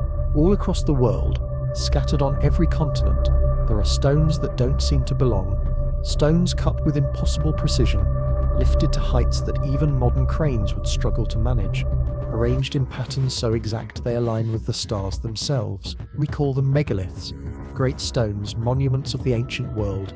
To mainstream archaeology, they are the triumphs of early human ingenuity, proof that with enough time and effort, even the simplest tools can move mountains. But when you stand before them, when you run your hand across blocks weighing hundreds of tons, carved with seams so perfect a sheet of paper cannot slide between them, that explanation begins to feel thin, because these stones do not whisper of simple tools. They roar of lost knowledge, of techniques forgotten, of a level of mastery that may not have been born with us at all, but inherited from civilizations erased long before recorded history. Consider Pumapunku in the highlands of Bolivia. At first glance, it looks like a pile of broken stones, scattered and collapsed by time. But look closer, and you see something far stranger: massive blocks of andesite, some weighing over 100 tons, cut into geometric shapes with perfect right angles, complex interlocking patterns, and drill holes so precise they rival modern machining. The site is said to be over 1,000 years old, built by the Tiwanaku culture, but there is no record of how they could have carved and transported stones of such scale, with such accuracy, at 12,000 feet above sea level. Even with today's technology, replicating Pumapunku would be a challenge. So how was it done? The safe answer is patience and manpower, but the stones themselves suggest something else, an engineering knowledge out of place in the ancient world, as if inherited from a deeper, older source. Or take Baalbek in Lebanon. Here, in the foundations of a Roman temple, lie 3 stones, so vast they have no parallel in human construction. Known as the trilithon, each block weighs around 800 tons, cut and placed with impossible precision. Nearby lies an even larger block, the stone of the pregnant woman, weighing over 1,000 tons. How were these moved? How were they set into place with such perfect alignment? Rome itself never explained it, and some scholars believe the Romans simply built upon an older foundation that was already there, a foundation left by a civilization capable of feats we cannot replicate even now. If that's true, then Baalbek isn't a Roman temple at all, but a palimpsest, a rewriting of history atop the ruins of something far older. And then there are the pyramids. those eternal monuments that pierce the sky of Egypt. The Great Pyramid of Giza alone contains over 2 million blocks, some weighing more than 70 tons, aligned with a precision so exact that the structure deviates from true north by less than a fraction of a degree. Its proportions encode mathematical constants like pi and the golden ratio, relationships supposedly unknown to the builders of the time. Officially, it was constructed as a tomb for a pharaoh, using copper chisels, ropes, and manpower. Yet no body has ever been found inside. No inscriptions explain its construction, and the techniques required to quarry, transport, and align such massive stones remain a matter of speculation. What if the pyramid is not a tomb but a relic? What if it is the surviving artifact of a civilization long gone, repurposed or reinterpreted by those who came after? Its very perfection suggests a level of engineering knowledge that doesn't belong in. Around the globe, the story repeats itself. In Japan, the underwater monument of Yonaguni lies beneath the sea, with terraces, steps, and right angles that suggest deliberate shaping. In Easter Island, the Moai statues stand as silent giants, carved from volcanic stone and transported miles across treacherous terrain, their methods still debated. In Malta, the megalithic temples predate Stonehenge and the pyramids, their construction so advanced that some archaeologists admit they appear almost out of time. In Peru, the fortress of Sacsayhuaman features walls of massive stones cut with irregular but perfectly interlocking shapes, fitted so tightly that no mortar was needed, their surfaces smoothed as if molded. Mainstream explanations lean heavily on trial and error, thousands of workers, and crude tools. But when you look at these sites collectively, the pattern is undeniable. Everywhere there are stones too large, too precise, too advanced to fit neatly into the story of linear human progress. The question, then, is whether these structures are truly the work of the cultures to which they are attributed, or whether those cultures inherited them. Perhaps the builders of Tiwanaku did not invent Pumapunku, but found its ruins and repurposed them. Perhaps the Romans did not carve the Trilithon, but built atop foundations laid by another. Perhaps the Egyptians did not design the pyramids, but restored and claimed monuments already standing. If that is the case, then megaliths are not evidence of human ingenuity at the dawn of civilization. They are evidence of civilizations erased, their fingerprints preserved in stone, and stone is the perfect medium for such preservation. Unlike metal, which corrodes, or wood, which decays, megaliths endure. They resist time, weather, even cataclysm. If our own cities were erased tomorrow, skyscrapers would collapse, steel would rust, glass would shatter. In 10,000 years, little would remain but faint outlines, but the stone blocks of our foundations, the concrete slabs, the cut granite, would endure just as megaliths endure today. They would confuse future archaeologists, who would wonder how such massive works were possible with the crude tools they assume we had. The same mistake we may be making right now when we look at Baalbek, Pumapunku, or Giza. The deeper implication is that these monuments may not be unique at all. They may simply be the survivors, the fragments of a much larger world of stone that has been lost to time. What if the Earth has been seeded with countless megaliths, markers of civilizations that rose and fell long before us? We may be seeing only the tip of an iceberg, the ruins fortunate enough to survive earthquakes, floods, and erosion. Beneath jungles, under deserts, and even beneath oceans, more may lie waiting. Yonaguni hints at this structures drowned when sea levels rose after the last ice age. If seas rose before, what other megalithic worlds are hidden beneath the waves, erased from memory but not from stone? Skeptics insist there is no need for lost civilizations, that human ingenuity explains everything, but the truth is simpler and stranger. The stones don't lie. They stand as they are, massive, precise, enduring. They do not care for our theories or our dates, they simply exist. Silent but undeniable, monuments to a level of power and knowledge we cannot comfortably explain. And maybe that is the point. Maybe the megaliths are not just ruins, maybe they are messages, warnings carved in indestructible stone, meant to outlast memory, meant to say, we were here, we reached too far, do not repeat our mistake. Because in the end, what else would survive the collapse of a civilization? Not books, not machines, not digital records, only stone. Stone is the voice of the deep past, the only medium that can speak across millions of years. And if that is true, then the megaliths are not puzzles to be solved, but stories to be heard, stories of civilizations erased, whose only remaining words are written not in ink, but in rock. And if we fail to listen, then one day our own story may be told the same way, through the rows of our cities, misinterpreted by those who come after, wondering how we achieved so much with tools they think too simple, never realizing they are looking at the echoes of a cycle that has played out countless times before. For thousands of years, humanity has looked to the sky for answers. The stars have always been our map, our clock, our compass. They tell us when to plant, when to harvest, when to travel, and when to prepare for winter. But scattered across the globe are monuments and structures, so precisely aligned with celestial events that they raise unsettling questions. How could people thousands, even tens of thousands of years ago, have achieved such accuracy without advanced instruments? Why do cultures separated by oceans and millennia all seem to have built with the heavens in mind, as if following some shared blueprint? And most haunting of all, what if the knowledge wasn't originally theirs? What if they inherited it from civilizations erased by time? Civilizations that charted the sky long before the dawn of recorded history. Take Stonehenge, for example. To the casual visitor, it is just a ring of standing stones on a windswept English plain. But its alignment is no accident. On the summer solstice, the rising sun shines directly through the monument's central axis, illuminating the heart of the circle in a blaze of light. On the winter solstice, the same thing happens at sunset. Archaeologists explain this as ritual, a way for ancient farmers to track the seasons, but the precision is startling. The stones align not just with the solstices, but with lunar cycles and even eclipses. To build Stonehenge required not only moving multi-ton stones across miles of landscape, but also generations of careful observation, the kind of astronomical knowledge we associate with modern science.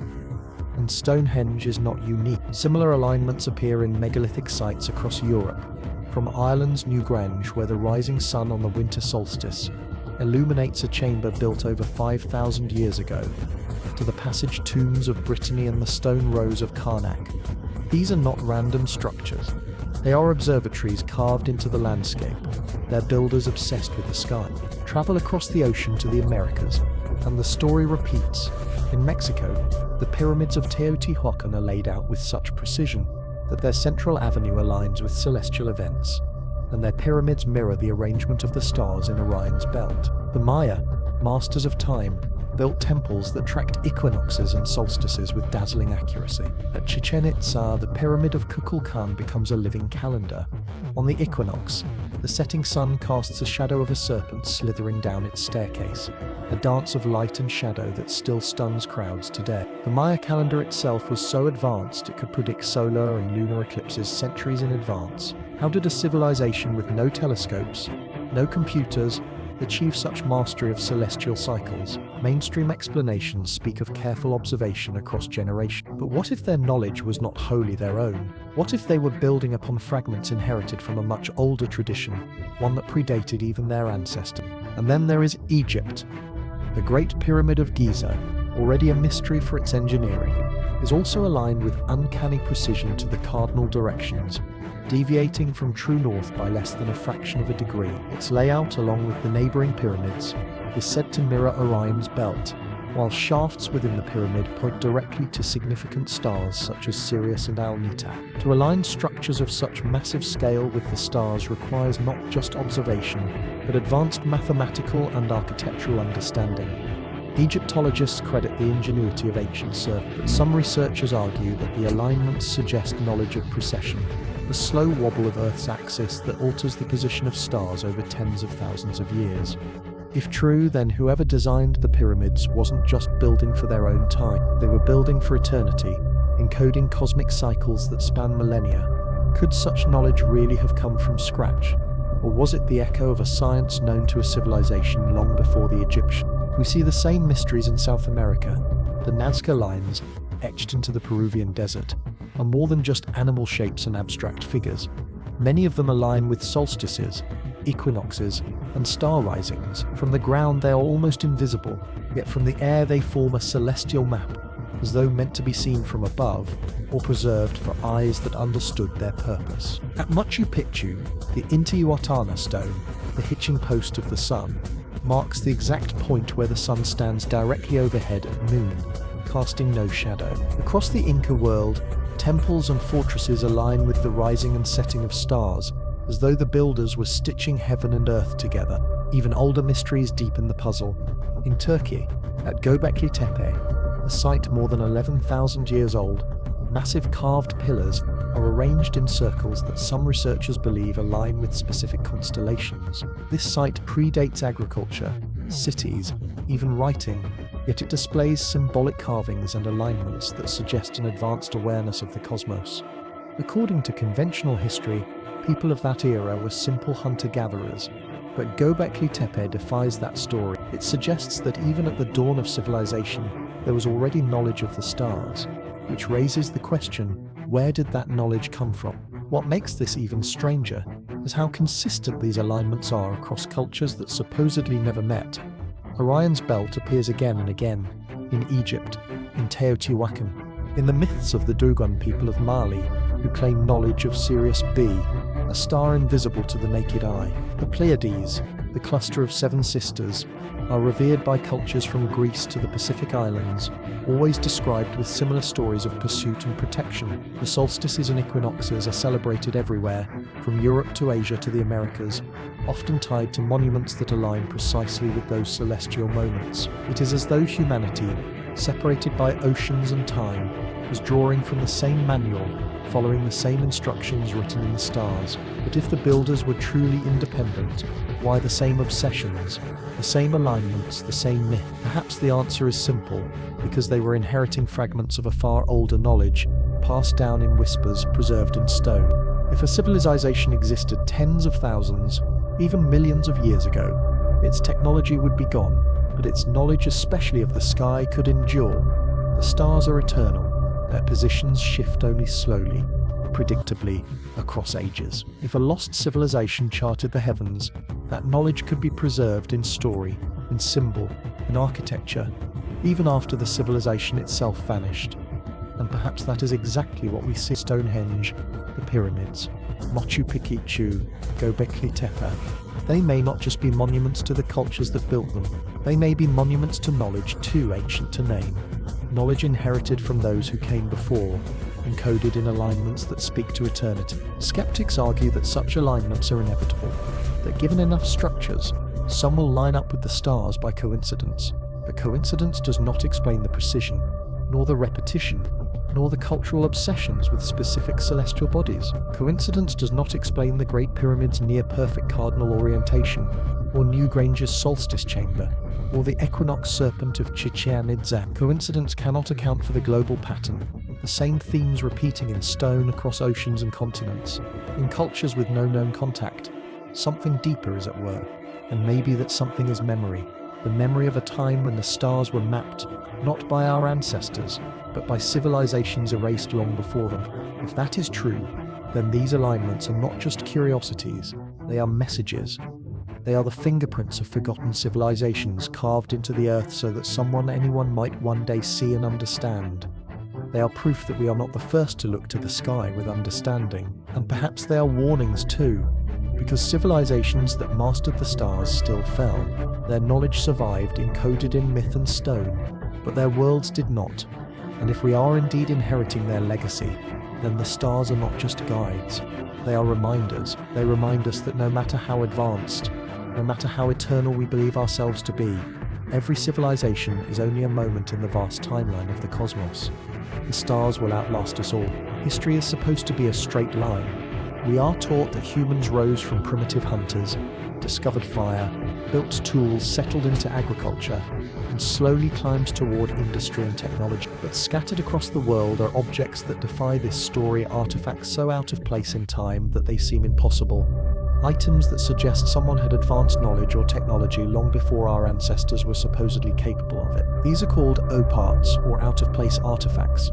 To skeptics, they are hoaxes, misidentifications, or accidents of nature. But to those who dare to look closer, they are the fingerprints of forgotten civilizations, physical proof that our timeline may not be the first and that we may not be the most advanced beings ever to walk this earth.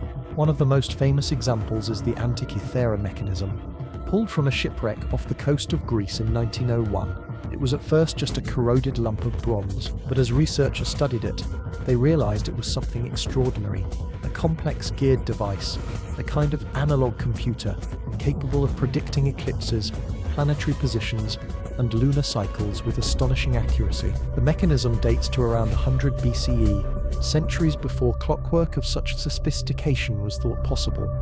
Some gears had teeth smaller than a millimeter, requiring precision machining on par with 18th century watchmakers. For decades, historians debated whether it was a one-off curiosity or evidence of lost knowledge. Today, most accept it as real, but even now, no other device like it has been found. How could such advanced engineering appear, fully formed, then vanish for over 1,000 years, until similar technology re-emerged in Europe? The Antikythera mechanism is either a miraculous fluke or the last surviving fragment of a much older, much more advanced tradition of knowledge, one that may trace back to civilizations far beyond Greece. But the Antikythera device is tame compared to some of the other anomalies. In coal seams millions of years old, miners have occasionally reported finding objects that should not exist. Metallic spheres with precise grooves, nails, or screws embedded in stone. Even what appear to be tools fossilized alongside plants and shells from eras long before humans. Most of these reports are dismissed as hoaxes or mistakes, but some have been examined closely. In South Africa, for example, strange metallic spheres have been found in Precambrian rock over some are perfectly round, some have etched grooves, and while skeptics call them natural concretions, others note their symmetry and precision look manufactured. Could these be remnants of a civilization so ancient it predates even multicellular life as we know it? Or are they artifacts left by visitors from beyond this world, buried in stone long before humans arrived? Equally baffling is the Baghdad battery, discovered in Iraq and dating back at least 2,000 years. A simple clay jar with a copper cylinder and iron rod inside, it looks remarkably like a primitive galvanic cell. When replicas are filled with vinegar or grape juice, they produce a small but measurable electrical current. What could ancient people have used such a device for? Some suggest electroplating metals. Others say it was purely ceremonial. But if it truly was a battery, then it means electricity was not discovered in the 18th century, but known and possibly harnessed thousands of years earlier. If one small jar survived, how many others may have existed, their uses lost to time? Then there are the maps, ancient charts that depict the world with knowledge supposedly impossible for their time. The Peri Race map we discussed earlier is one, but it is joined by others like the Bouaché map, which shows Antarctica long before its official discovery, or charts that depict the Americas with starting accuracy centuries before Columbus. Where did this knowledge come from? Who charted coastlines beneath the ice? The idea that ancient sailors simply guessed stretches credibility. More likely, these maps are copies of copies inherited from civilizations far older than the ones we credit. Sometimes the anomalies are not entire artifacts, but details hidden within the fabric of ancient cultures.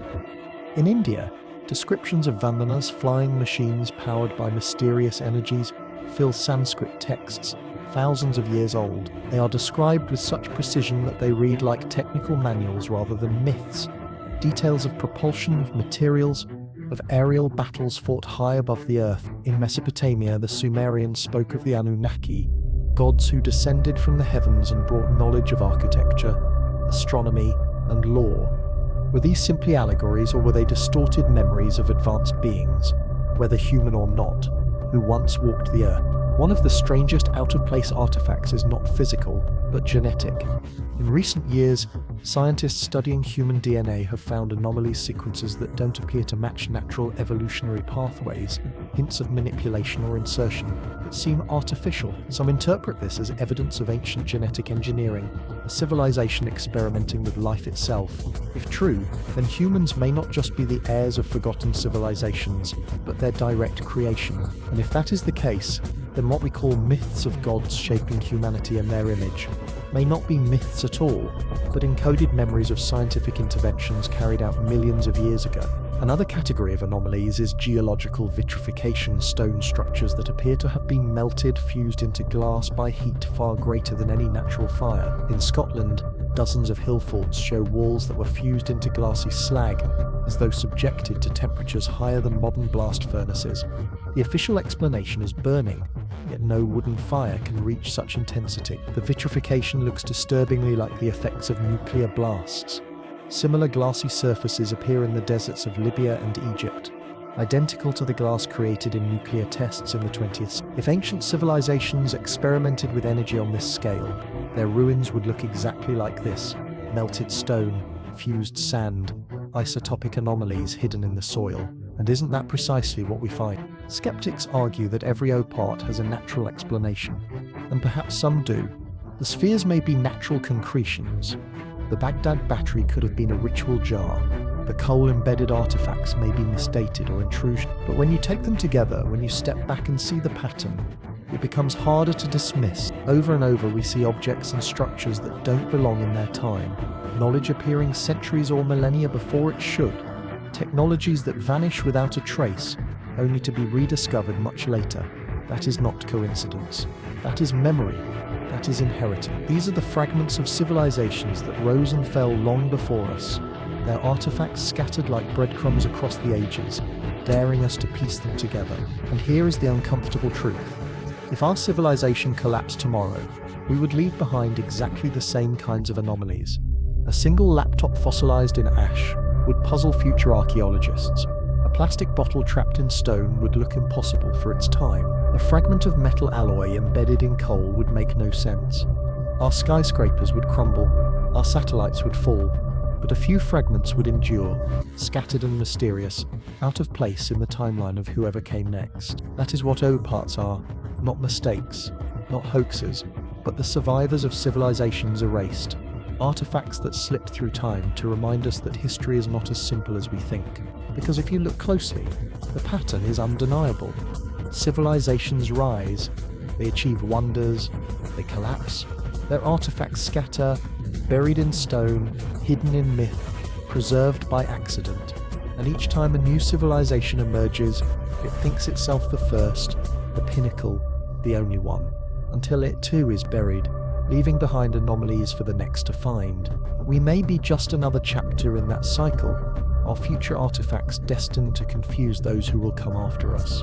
In the oparts we puzzle over today, they may be the whispers of civilizations who thought they would last forever, only to vanish into silence, leaving behind nothing but impossible objects that refuse to fit the story we tell ourselves.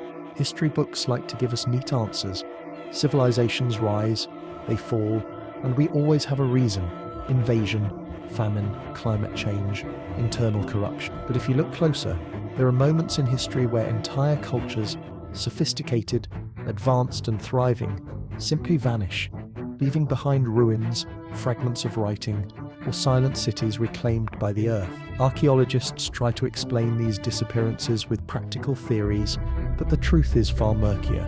The sudden collapse of great civilizations echoes the idea of a larger cycle, that humanity builds, achieves wonders, and then falls into silence. And when you line up these vanishing acts, they begin to feel less like coincidences and more like repeating verses of an ancient song, one that has been playing for far longer than we realize. Take the Maya.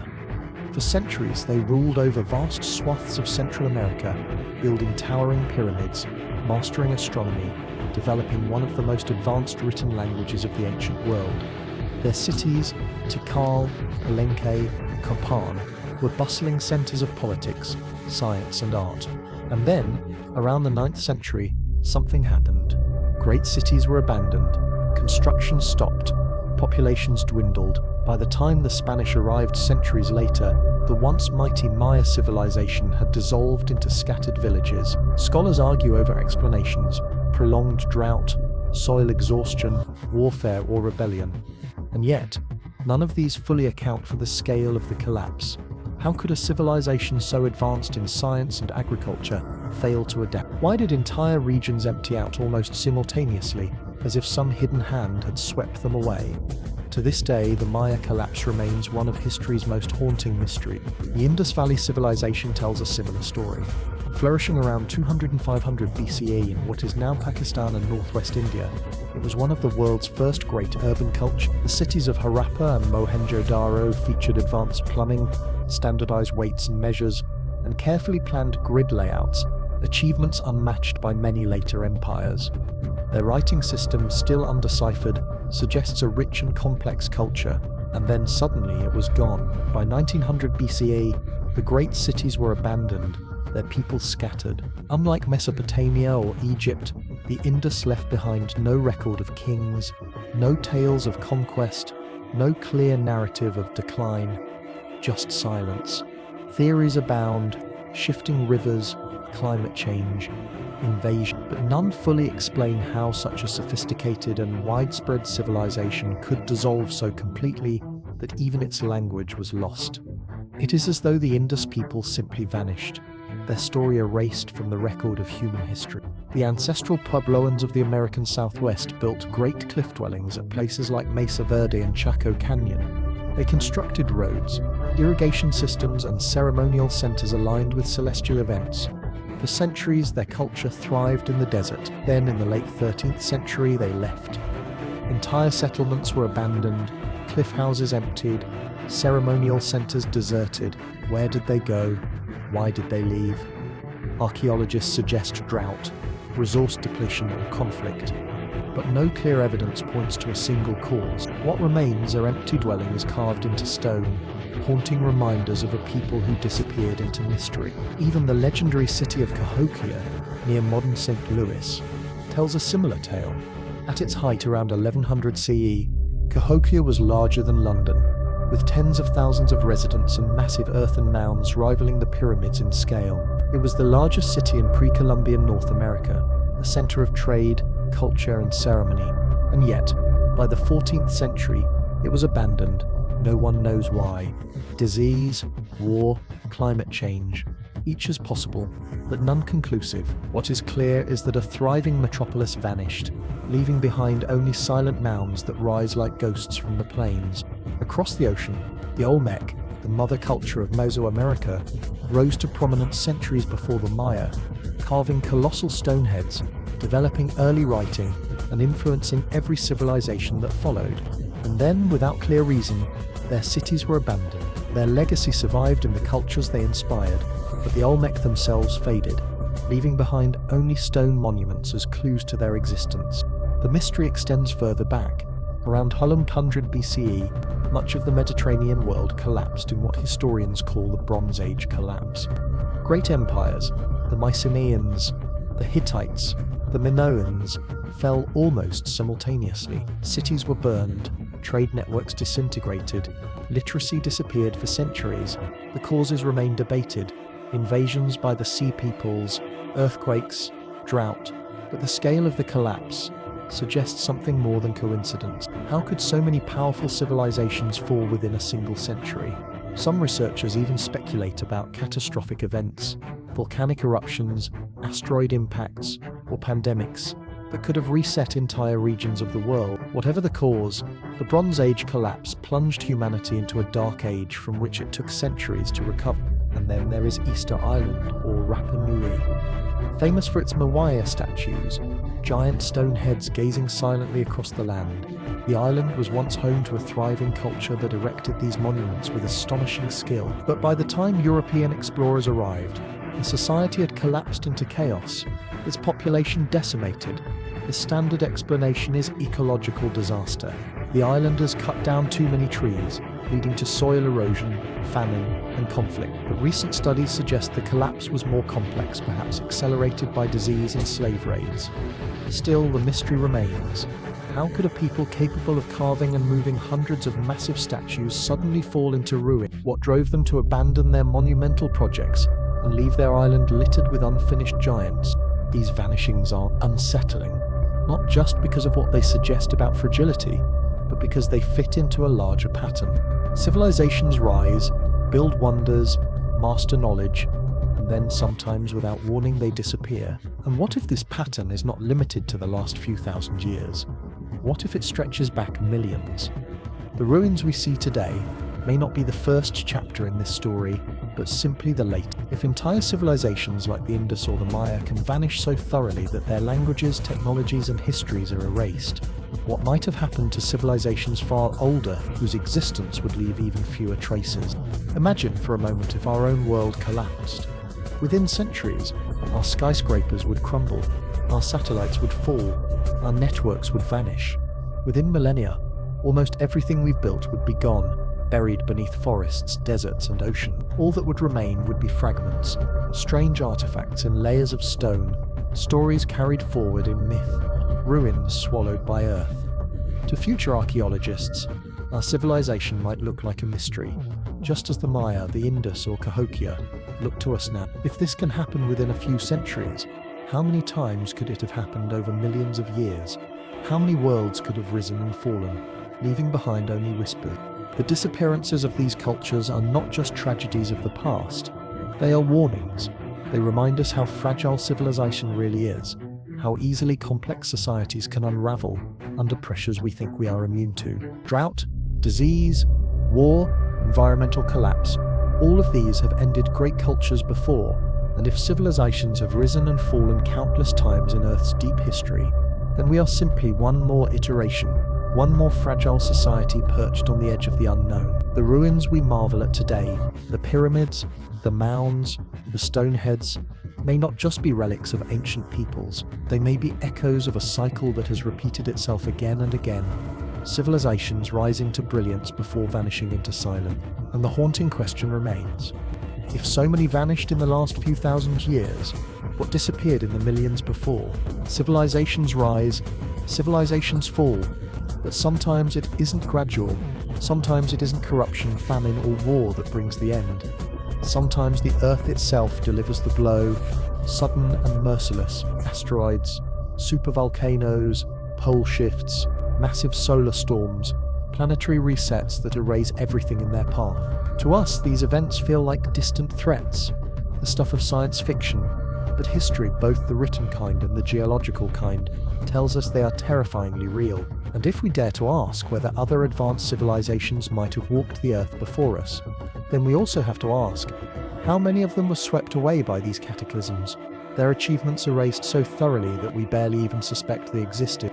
The most famous example is the Chicxulub impact, the asteroid that struck Earth 66 million years ago and ended the reign of the dinosaurs. A rock 6 miles wide slammed into the Yucatan Peninsula with the force of billions of nuclear bombs, igniting global wildfires, throwing up clouds of debris that blotted out the sun, and triggering a chain reaction that ended 75%. It is a sobering reminder of how fragile life is in the face of cosmic chance. If such an impact happened today, our skyscrapers, power plants, and satellites would be meaningless. Within days, global civilization would collapse. Within centuries, there would be little left to show we had ever existed. If another intelligent species had walked the Earth before us, even one as advanced as we are now, Chicxulub would have wiped them away completely. The only evidence might be subtle anomalies in the geological record, traces of isotopes, fragments of glassy rock, or sudden layers of extinction. And isn't that precisely what we see, scattered across Earth's strata, scars of impacts stretching back billions of years? But asteroids are not the only threat. Beneath our feet, Earth hides another doomsday machine, supervolcanoes. The most famous is Yellowstone in the United States, a sleeping giant capable of eruptions 1,000 times more powerful than Mount St. Helens. Around 74,000 years ago, the Toba supervolcano in Indonesia erupted with such violence that it plunged the planet into a volcanic winter, reducing the global human population to perhaps only a few thousand survivors. If Toba's eruption nearly erased us when we were still hunter-gatherers, what might supervolcanoes have done to civilizations long before ours? Imagine a world thriving with cities, machines, and knowledge, suddenly suffocated under ash, its climate thrown into chaos for centuries. How much would survive? Ash would bury everything. Acidic rains would corrode metals, and within millennia the ruins would vanish into the earth. If entire civilizations were destroyed this way, their only surviving trace might be odd layers of ash and pumice deep within rock, a clue without a context. Then there are pole shifts, the strange, poorly understood phenomenon in which Earth's magnetic field flips, weakening drastically in the process. During these periods, solar radiation bombards the planet, disrupting climates, collapsing ecosystems, and perhaps even driving mass extinctions. Scientists believe such flips have happened many times in Earth's history, the last major one around 780,000 years ago. Some evidence suggests that smaller excursions, partial reversals, happened more recently, within the last 40,000 years. Could such shifts have destabilized climates enough to erase civilizations? Imagine power grids fried by solar storms, crops failing under sudden climate swings, navigation and communication collapsing in days. In our fragile, interconnected world, such an event would bring chaos. And in a forgotten world long before ours, it could have done the same, erasing all traces within millennia, leaving only confused layers of magnetized rock as the silent testimony of collapse. The sea too has its part to play in planetary resets. Throughout Earth's history, sea levels have risen and fallen dramatically. At the end of the last ice age around 12,000 years ago, glaciers melted and oceans rose by more than 400 feet, swallowing coastlines worldwide. Vast areas of land that were once home to people, entire continental shelves, are now underwater. Could cities, monuments, or civilizations lie drowned beneath the waves? The ruins of Yonaguni in Japan hint at this possibility, their terraces and steps now lying beneath the sea. Off the coast of India, divers have reported structures buried underwater, suggesting ancient settlements submerged when the oceans rose. If the sea can bury so much in just 12,000 years, how much might it have erased over millions? Perhaps countless civilizations once thrived on coastlines now hidden under oceans, their remains drowned and forgotten. There is also the spectre of cosmic events, gamma-ray bursts, solar superflares, or cometary impacts that could sterilize vast regions of the Earth in an instant. We know the Sun occasionally lashes out with coronal mass ejections capable of frying electrical systems. In 1859, the Carrington event disrupted telegraphs around the world. If a similar event struck today, it would cripple our power grids, satellites, and digital infrastructure. In days, society would collapse into chaos. Now imagine such events in the deep past. An advanced civilization reliant on fragile technology might have been erased almost overnight, with nothing left to show for its existence but strange anomalies in tree rings or ice cores. We've only been looking for such signatures for a few decades. How many might already exist, buried in data, waiting to be noticed? The geological record is full of scars. Sudden extinctions, odd isotopes, abrupt climate swings. Mainstream science explains these as natural disasters, and of course they are. But what if they are also grave markers, massive resets that ended not just species, but civilizations? Every time Earth suffers a cataclysm, life rebuilds, and if intelligence has risen before, perhaps it has been snuffed out just as quickly, its traces buried or obliterated. Our own existence proves that advanced civilization is possible, and if it is possible once, why not many times across millions of years? The only thing needed is time, and time on Earth is abundant. What makes this possibility so chilling is how easily it could happen to us. A single asteroid, a single supervolcano, a single solar storm could wipe us away, and if that is true, then perhaps it has already happened. Perhaps civilizations as advanced as ours, or even more advanced, were erased by these resets. Their cities turned to dust, their machines melted or buried, their knowledge lost. All that remains are whispers, odd anomalies, strange artifacts, myths of fire and flood, scattered ruins that don't quite fit. To us they are mysteries, to them they were the end. If civilizations rose before us, then cataclysms were their executioners. Asteroids turned them to ash, volcanoes buried them in darkness, pole shifts scrambled their skies, oceans swallowed their coastlines. The sun itself may have lashed out, burning away their fragile worlds. And perhaps the greatest irony is that the Earth in its relentless cycles has left just enough evidence to tease us. Layers of glass, fields of ash, drowned ruins, but never enough to prove it outright. As if the planet itself conspires to keep its secrets, burying the past beneath the weight of time. And maybe that is the ultimate lesson. Our civilization is not invincible. We live in a world that has reset itself countless times, each reset wiping the slate clean. Civilizations have risen before us. They were erased not because they failed morally or politically, but because the Earth decided their time was up.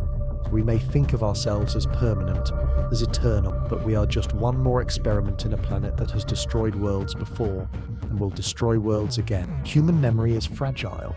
A single lifetime can hold only so much, and even the most vivid stories begin to blur after a few generations. Yet somehow, Across thousands of years, cultures on every continent have carried stories of fire from the sky, floods that drowned the world, darkness that swallowed the sun, and civilizations erased in an instant. To modern ears, these are myths, symbolic tales meant to explain natural forces or teach moral lessons.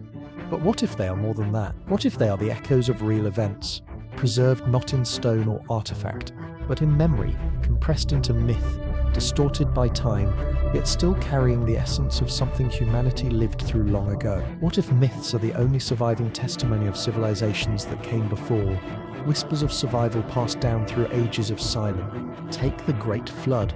It is one of the most universal myths on Earth, appearing in cultures as far apart as Mesopotamia, India, China, the Americas, and the Pacific Islands. The Sumerians told of Utnapishtim, warned by the gods to build a great boat before a deluge wiped out humanity. The Hebrew Bible speaks of Noah and his ark. In India, the god Vishnu appears as a fish, warning Manu to preserve life before waters rise. The Aztecs told of a flood that ended the fourth sun, leaving only a handful of survivors. The Native American Cree recall waters swallowing the world, with only those who clung to rafts surviving.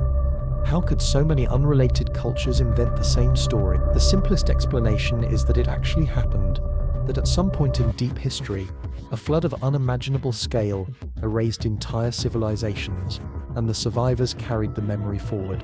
Geology supports this possibility. At the end of the last ice age around 12,000 years ago, melting glaciers caused sea levels to rise more than 400 feet. Vast areas of land, once home to human settlements, vanished beneath the waves. Some researchers point to sudden catastrophic events, like the Younger Dryas impact hypothesis, which suggests that fragments of a comet struck Earth around 10,800 BCE, igniting wildfires and triggering floods that devastated early cultures.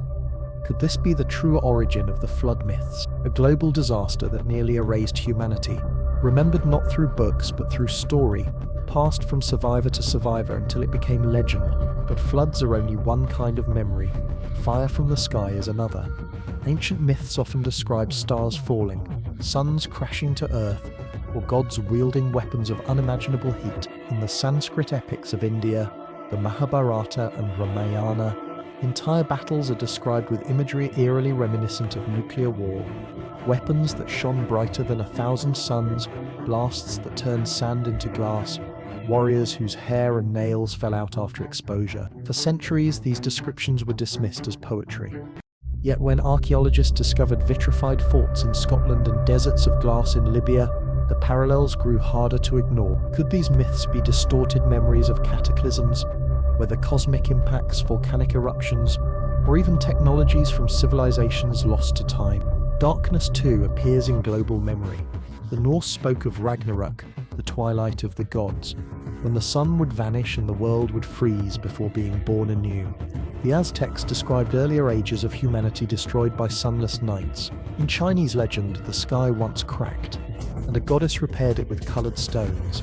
In each of these stories there is a memory of light failing, of the world plunged into. Could these myths reflect real events, like volcanic winters or asteroid impacts, when ash or dust blocked the sun for months or years? The eruption of Toba 74,000 years ago plunged Earth into a volcanic winter that may have reduced human populations to a few thousand survivors. If humanity nearly vanished then, would it not make sense that the survivors preserved the story not as geology but as myth? Even creation stories may be less about beginnings and more about re-beginnings. The Mayans spoke of multiple worlds, each destroyed before the current one.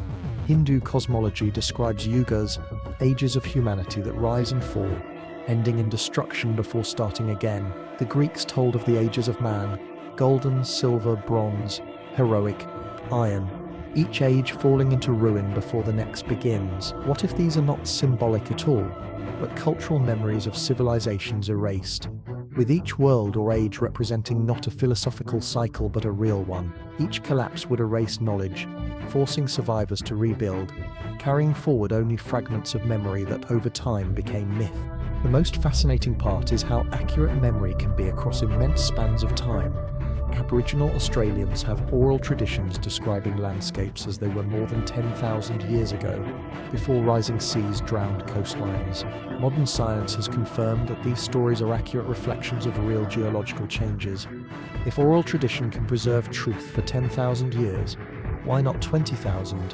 Why not 50,000? Myths may be distorted, poetic, layered with symbolism. Their essence can survive, and if their essence is survival, if the myths are really encoded memories of fire, flood, and darkness, then they may be the last remaining records of civilizations erased from the earth. Even the Bible hints at this. In Genesis, before the flood story, there is a cryptic reference to the Nephilim giants, heroes of old, men of renown. Who were there? Legends of giants appear across cultures, from the Titans of Greece to the Anakim of Canaan, to the mound builder myths of North America. Could these be distorted memories of earlier civilizations, peoples taller, stronger, or perhaps more advanced, remembered as giants by the survivors who told their story? When paired with flood myths, it paints a haunting picture. Advanced peoples destroyed, survivors carrying forward fragments of their memory which we now call myth. This collective amnesia is both fascinating and terrifying. It means we may already know that civilizations rose before us. We may have been told the story again and again, in every culture, in every myth. But because the story came as legend instead of history, we dismissed it. We told ourselves it was metaphor, allegory, fiction. In doing so, we may have ignored the only surviving record of our true past. What makes this more chilling is the thought that we are doing the same thing right now. Imagine our own world collapsing. Electricity gone, cities abandoned, billions reduced to scattered survivors. How would our story be preserved? In writing? In digital records? No, those would vanish quickly. Survivors would tell stories. They would describe the great towers, the machines that flew, the lights that filled the sky. Over generations, the details would blur. 1,000 years later, our world would live on only as myth tales of gods in flying chariots, of weapons that burned the sky, of floods that swallowed the world. Survivors would remember, but imperfectly, and their descendants would argue, were these myths real or just story? Exactly as we argue now about the myths of our ancestors. The cycle is almost poetic. Civilizations rise, they fall, often to cataclysm. Survivors carry fragments of memory. Those fragments become myth. And the next civilization, thinking itself the first, hears the myths, but ignores them, never realizing they are listening to the voices of the dead. If civilizations have risen before us, their true history may already be in our hands, encoded in myth, waiting for us to listen. But instead of listening, we laugh, dismiss, and forget. And in that forgetting, we risk repeating their fate. Perhaps the most unsettling idea is that some myths may not just be memories, but warnings. The flood stories remind us of rising seas. The fire myths warn of destruction from the sky. The darkness tales speak of volcanic winter. What if ancient survivors tried to preserve not just their story, but their lesson? What if they told us in the only language that could survive across millennia, this happened before, it can happen again, be ready. If that's true, then the myths are not just echo, they are messages we have failed to hear. And if we keep failing, then someday our descendants will tell the same stories. They will speak of the world that came before, the great towers, the machines, the floods, the fire, and their children will dismiss it as myth, never realizing it was true, just as we dismiss the myths of our ancestors, never realizing they may be the only surviving record of civilizations erased by the Earth's endless cycle of creation and destruction. If entire civilizations rose and fell before us, then the question becomes unavoidable: did they leave anything behind? Not scattered artifacts or ruined stones, but deliberate remnants, vaults of knowledge, archives designed to survive the erasure of time. After all, if we faced extinction today, wouldn't we try to preserve something of ourselves? Wouldn't we bury records in deep vaults, hoping that someday someone might find them? It's only natural to assume that civilizations erased by cataclysm may have done the same. And if they did, then those remnants might still be here, hidden beneath mountains, sealed in caves, locked away in forgotten chambers beneath our feet. The idea isn't as far-fetched as it sounds. Even our own world has created time capsules meant to endure beyond collapse. The Svalbard Global Seed Vault in Norway, for example, stores millions of seeds from around the planet, protected deep within a mountain of Arctic rock, designed to outlast wars, disasters, even centuries of neglect. Across the world, digital archives, underground bunkers, and nuclear waste facilities are built with the same principle: to survive when everything else falls. If we do this, why wouldn't others before us? And what if some of those ancient vaults have already been found, disguised as myth, mystery, or sacred places no one dares to question? Take the story of the Hall of Records beneath the Sphinx in Egypt. For centuries, legends have persisted that beneath the paws of the Great Sphinx lies a hidden chamber containing records of an earlier world, perhaps the remnants of a civilization predating Egypt itself. Mainstream archaeologists dismiss it as fantasy, but modern surveys with ground-penetrating radar have revealed anomalies beneath the Sphinx: cavities, voids, unexplored spaces. Are they natural? Maybe. But if they are man-made, then what could they contain? Some believe it is here that survivors of an earlier age hid their knowledge, encoded not in fragile scrolls but in stone, waiting for the right moment to be uncovered. The same legends appear elsewhere. In Tibet and the Himalayas, myths speak of hidden cities beneath the mountains, the fabled Shambhala or Agartha kingdoms of wisdom preserved from a time before our own. In South America, stories tell of tunnels running beneath the Andes, vast networks connecting temples and mountains, holding treasures and knowledge hidden from the world. Some explorers claim to have seen these tunnels, their walls cut smooth as though by machines, their length stretching for miles beneath the earth. Are they natural caves expanded by human hands, or remnants of something much older? Could these be the underground vaults of civilizations erased, their knowledge sealed away while the surface burned, drowned, or froze? Even our own myths hint at hidden archives. The Greeks spoke of Atlantis, not just as a city swallowed by the sea, but as a civilization of knowledge, whose remnants might survive somewhere beyond reach. Plato described it as real history passed down through Egyptian priests, not allegory. If Atlantis existed, and if its people knew they faced destruction, wouldn't they have tried to preserve something? Perhaps not in the sea where it was lost, but inland, underground, where stone and earth could shield it from cataclysm. Across the world, mysterious structures may be more than just tombs or temples. Consider the Hypogeum of Helsaflieni in Malta, a massive underground complex carved over 5,000 years ago, with winding chambers and acoustic properties so advanced that even modern scientists struggle to explain them. Was it simply ceremonial, or could it have been a vault, its true purpose lost when the civilization that built it disappeared? The same question can be asked of Cappadocia, in Turkey, where entire underground cities complete with ventilation shafts, tunnels, and rooms for thousands of people have been discovered. They were carved with extraordinary skill, capable of sheltering entire populations from some unknown threat. Who first built them? What drove people underground on such a massive scale?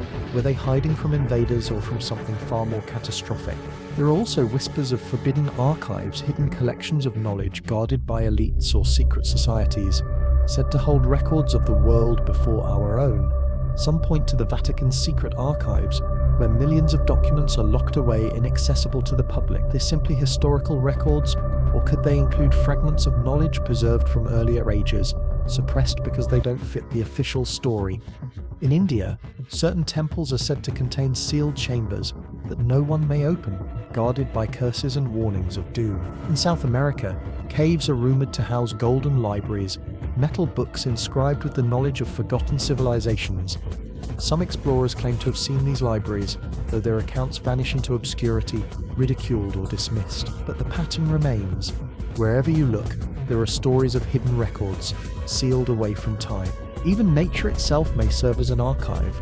The Earth is full of caves, caverns, and deep geological structures that can preserve objects far longer than the surface. If an ancient civilization wanted to survive extinction, not physically but through memory, burying records underground would have been the only logical choice.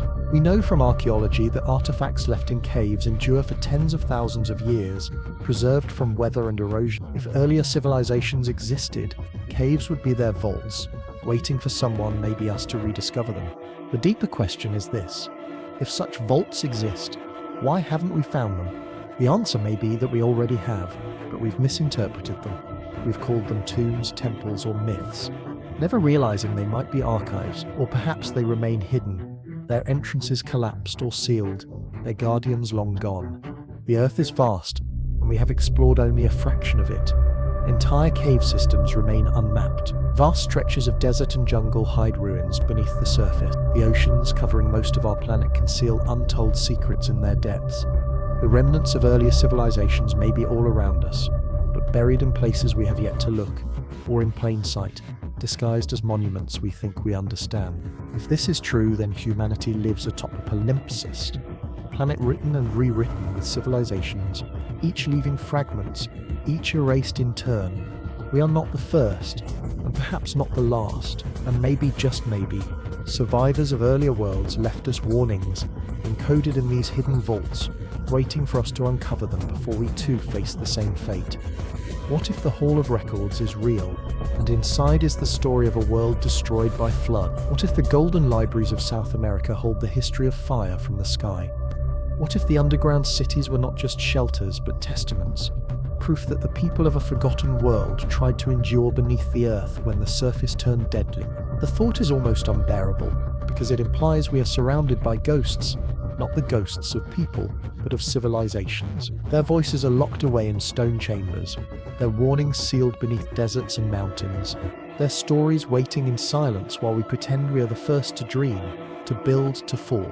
Perhaps we have already walked past their vaults, climbed over their sealed doors, even studied their remnants without realizing what we were seeing. And if that is true, then the greatest tragedy is not that their knowledge is lost, but that it is here, hidden, waiting, ignored. Because if we are not careful, we may leave behind our own vaults, our own hidden archives for the next cycle of humanity, or the next species to find. And when they do, they will ask the same questions we do now. Who built this? Why did they vanish? And what warnings did they leave for us that we failed to hear? In the end, the question of whether we are the first advanced civilization on Earth remains unanswered, but perhaps that's the wrong question to ask. Maybe the real question is why we are so desperate to believe we are unique, why we cling so tightly to the idea that history begins and ends with us. The deeper we look, the more unsettling the evidence becomes. Ancient maps that seem to show lands long hidden, myths that echo real disasters across cultures, monuments of stone that should have been impossible to build, and sudden vanishings of entire peoples who left behind only silence. Layer by layer, the story grows harder to dismiss. It whispers of cycles, of worlds that rose and fell, of knowledge gained and lost, and of a planet that has always been both cradle and grave to civilizations we can only begin to imagine. What makes it haunting is not just the possibility that others came before us, but the realization of how fragile we are ourselves. Our entire technological society, the satellites, the internet, the skyscrapers, the global networks, has existed for barely a blink of geological time. If it all ended tomorrow, how much would remain in 10,000 years? In 100,000? Almost nothing. Our plastics would decay, our metals corrode, our cities collapse. Future archaeologists might find only fragments, odd anomalies in layers of rock, strange ruins half buried in deserts, myths carried forward by survivors. To them, we might look just like the ghosts we now search for, a civilization so sure of its permanence, gone in an instant, remembered only in whispers. And that is perhaps the greatest truth buried in all of this. The stories of fire and flood, the alignments of ancient monuments, the strange artifacts and impossible structures, they may not just be memories of civilizations erased. They may be warnings. They may be voices from the deep past, trying to tell us that the cycle always ends the same way, that the Earth has its own reset buttons, and that arrogance is the downfall of every great world. If that is true, then our myths are not just entertainment. They are survival guide. They tell us what happened before and what will happen again if we refuse to listen. Standing here now, with the weight of history behind us and the uncertainty of the future ahead, we are left with a choice. We can dismiss the evidence, call it coincidence, and carry on believing that we are the first and only, or we can allow ourselves to see the pattern, to accept that we may be part of something much larger, something that stretches across millions of years, a cycle of creation and destruction in which we are just the latest verse. And if we accept that, then maybe, just maybe, we can break the cycle. Maybe we can learn from the whispers, preserve not just our own story, but the stories of those who came before, and carry them forward into whatever comes next. Because if there is one thing the Earth has taught us, It is that nothing lasts forever. Civilizations rise, they build wonders, they master science, they believe themselves eternal, and then, sooner or later, they vanish. But in their vanishing, they leave behind something: ruins, myths, warnings carved in stone. The only question that remains is whether we will hear them, or whether we will fall into silence too, leaving only our own fragments for the next world to wonder over. And so the haunting thought lingers: maybe we are not the first, maybe we are not the only, maybe we are just the latest echo in a cycle as old as time itself. And if we don't listen to the voices buried in myths and ruins, we may not be the last, but we will be forgotten, just as they were swallowed by the earth and remembered only as a story future generations will call a myth.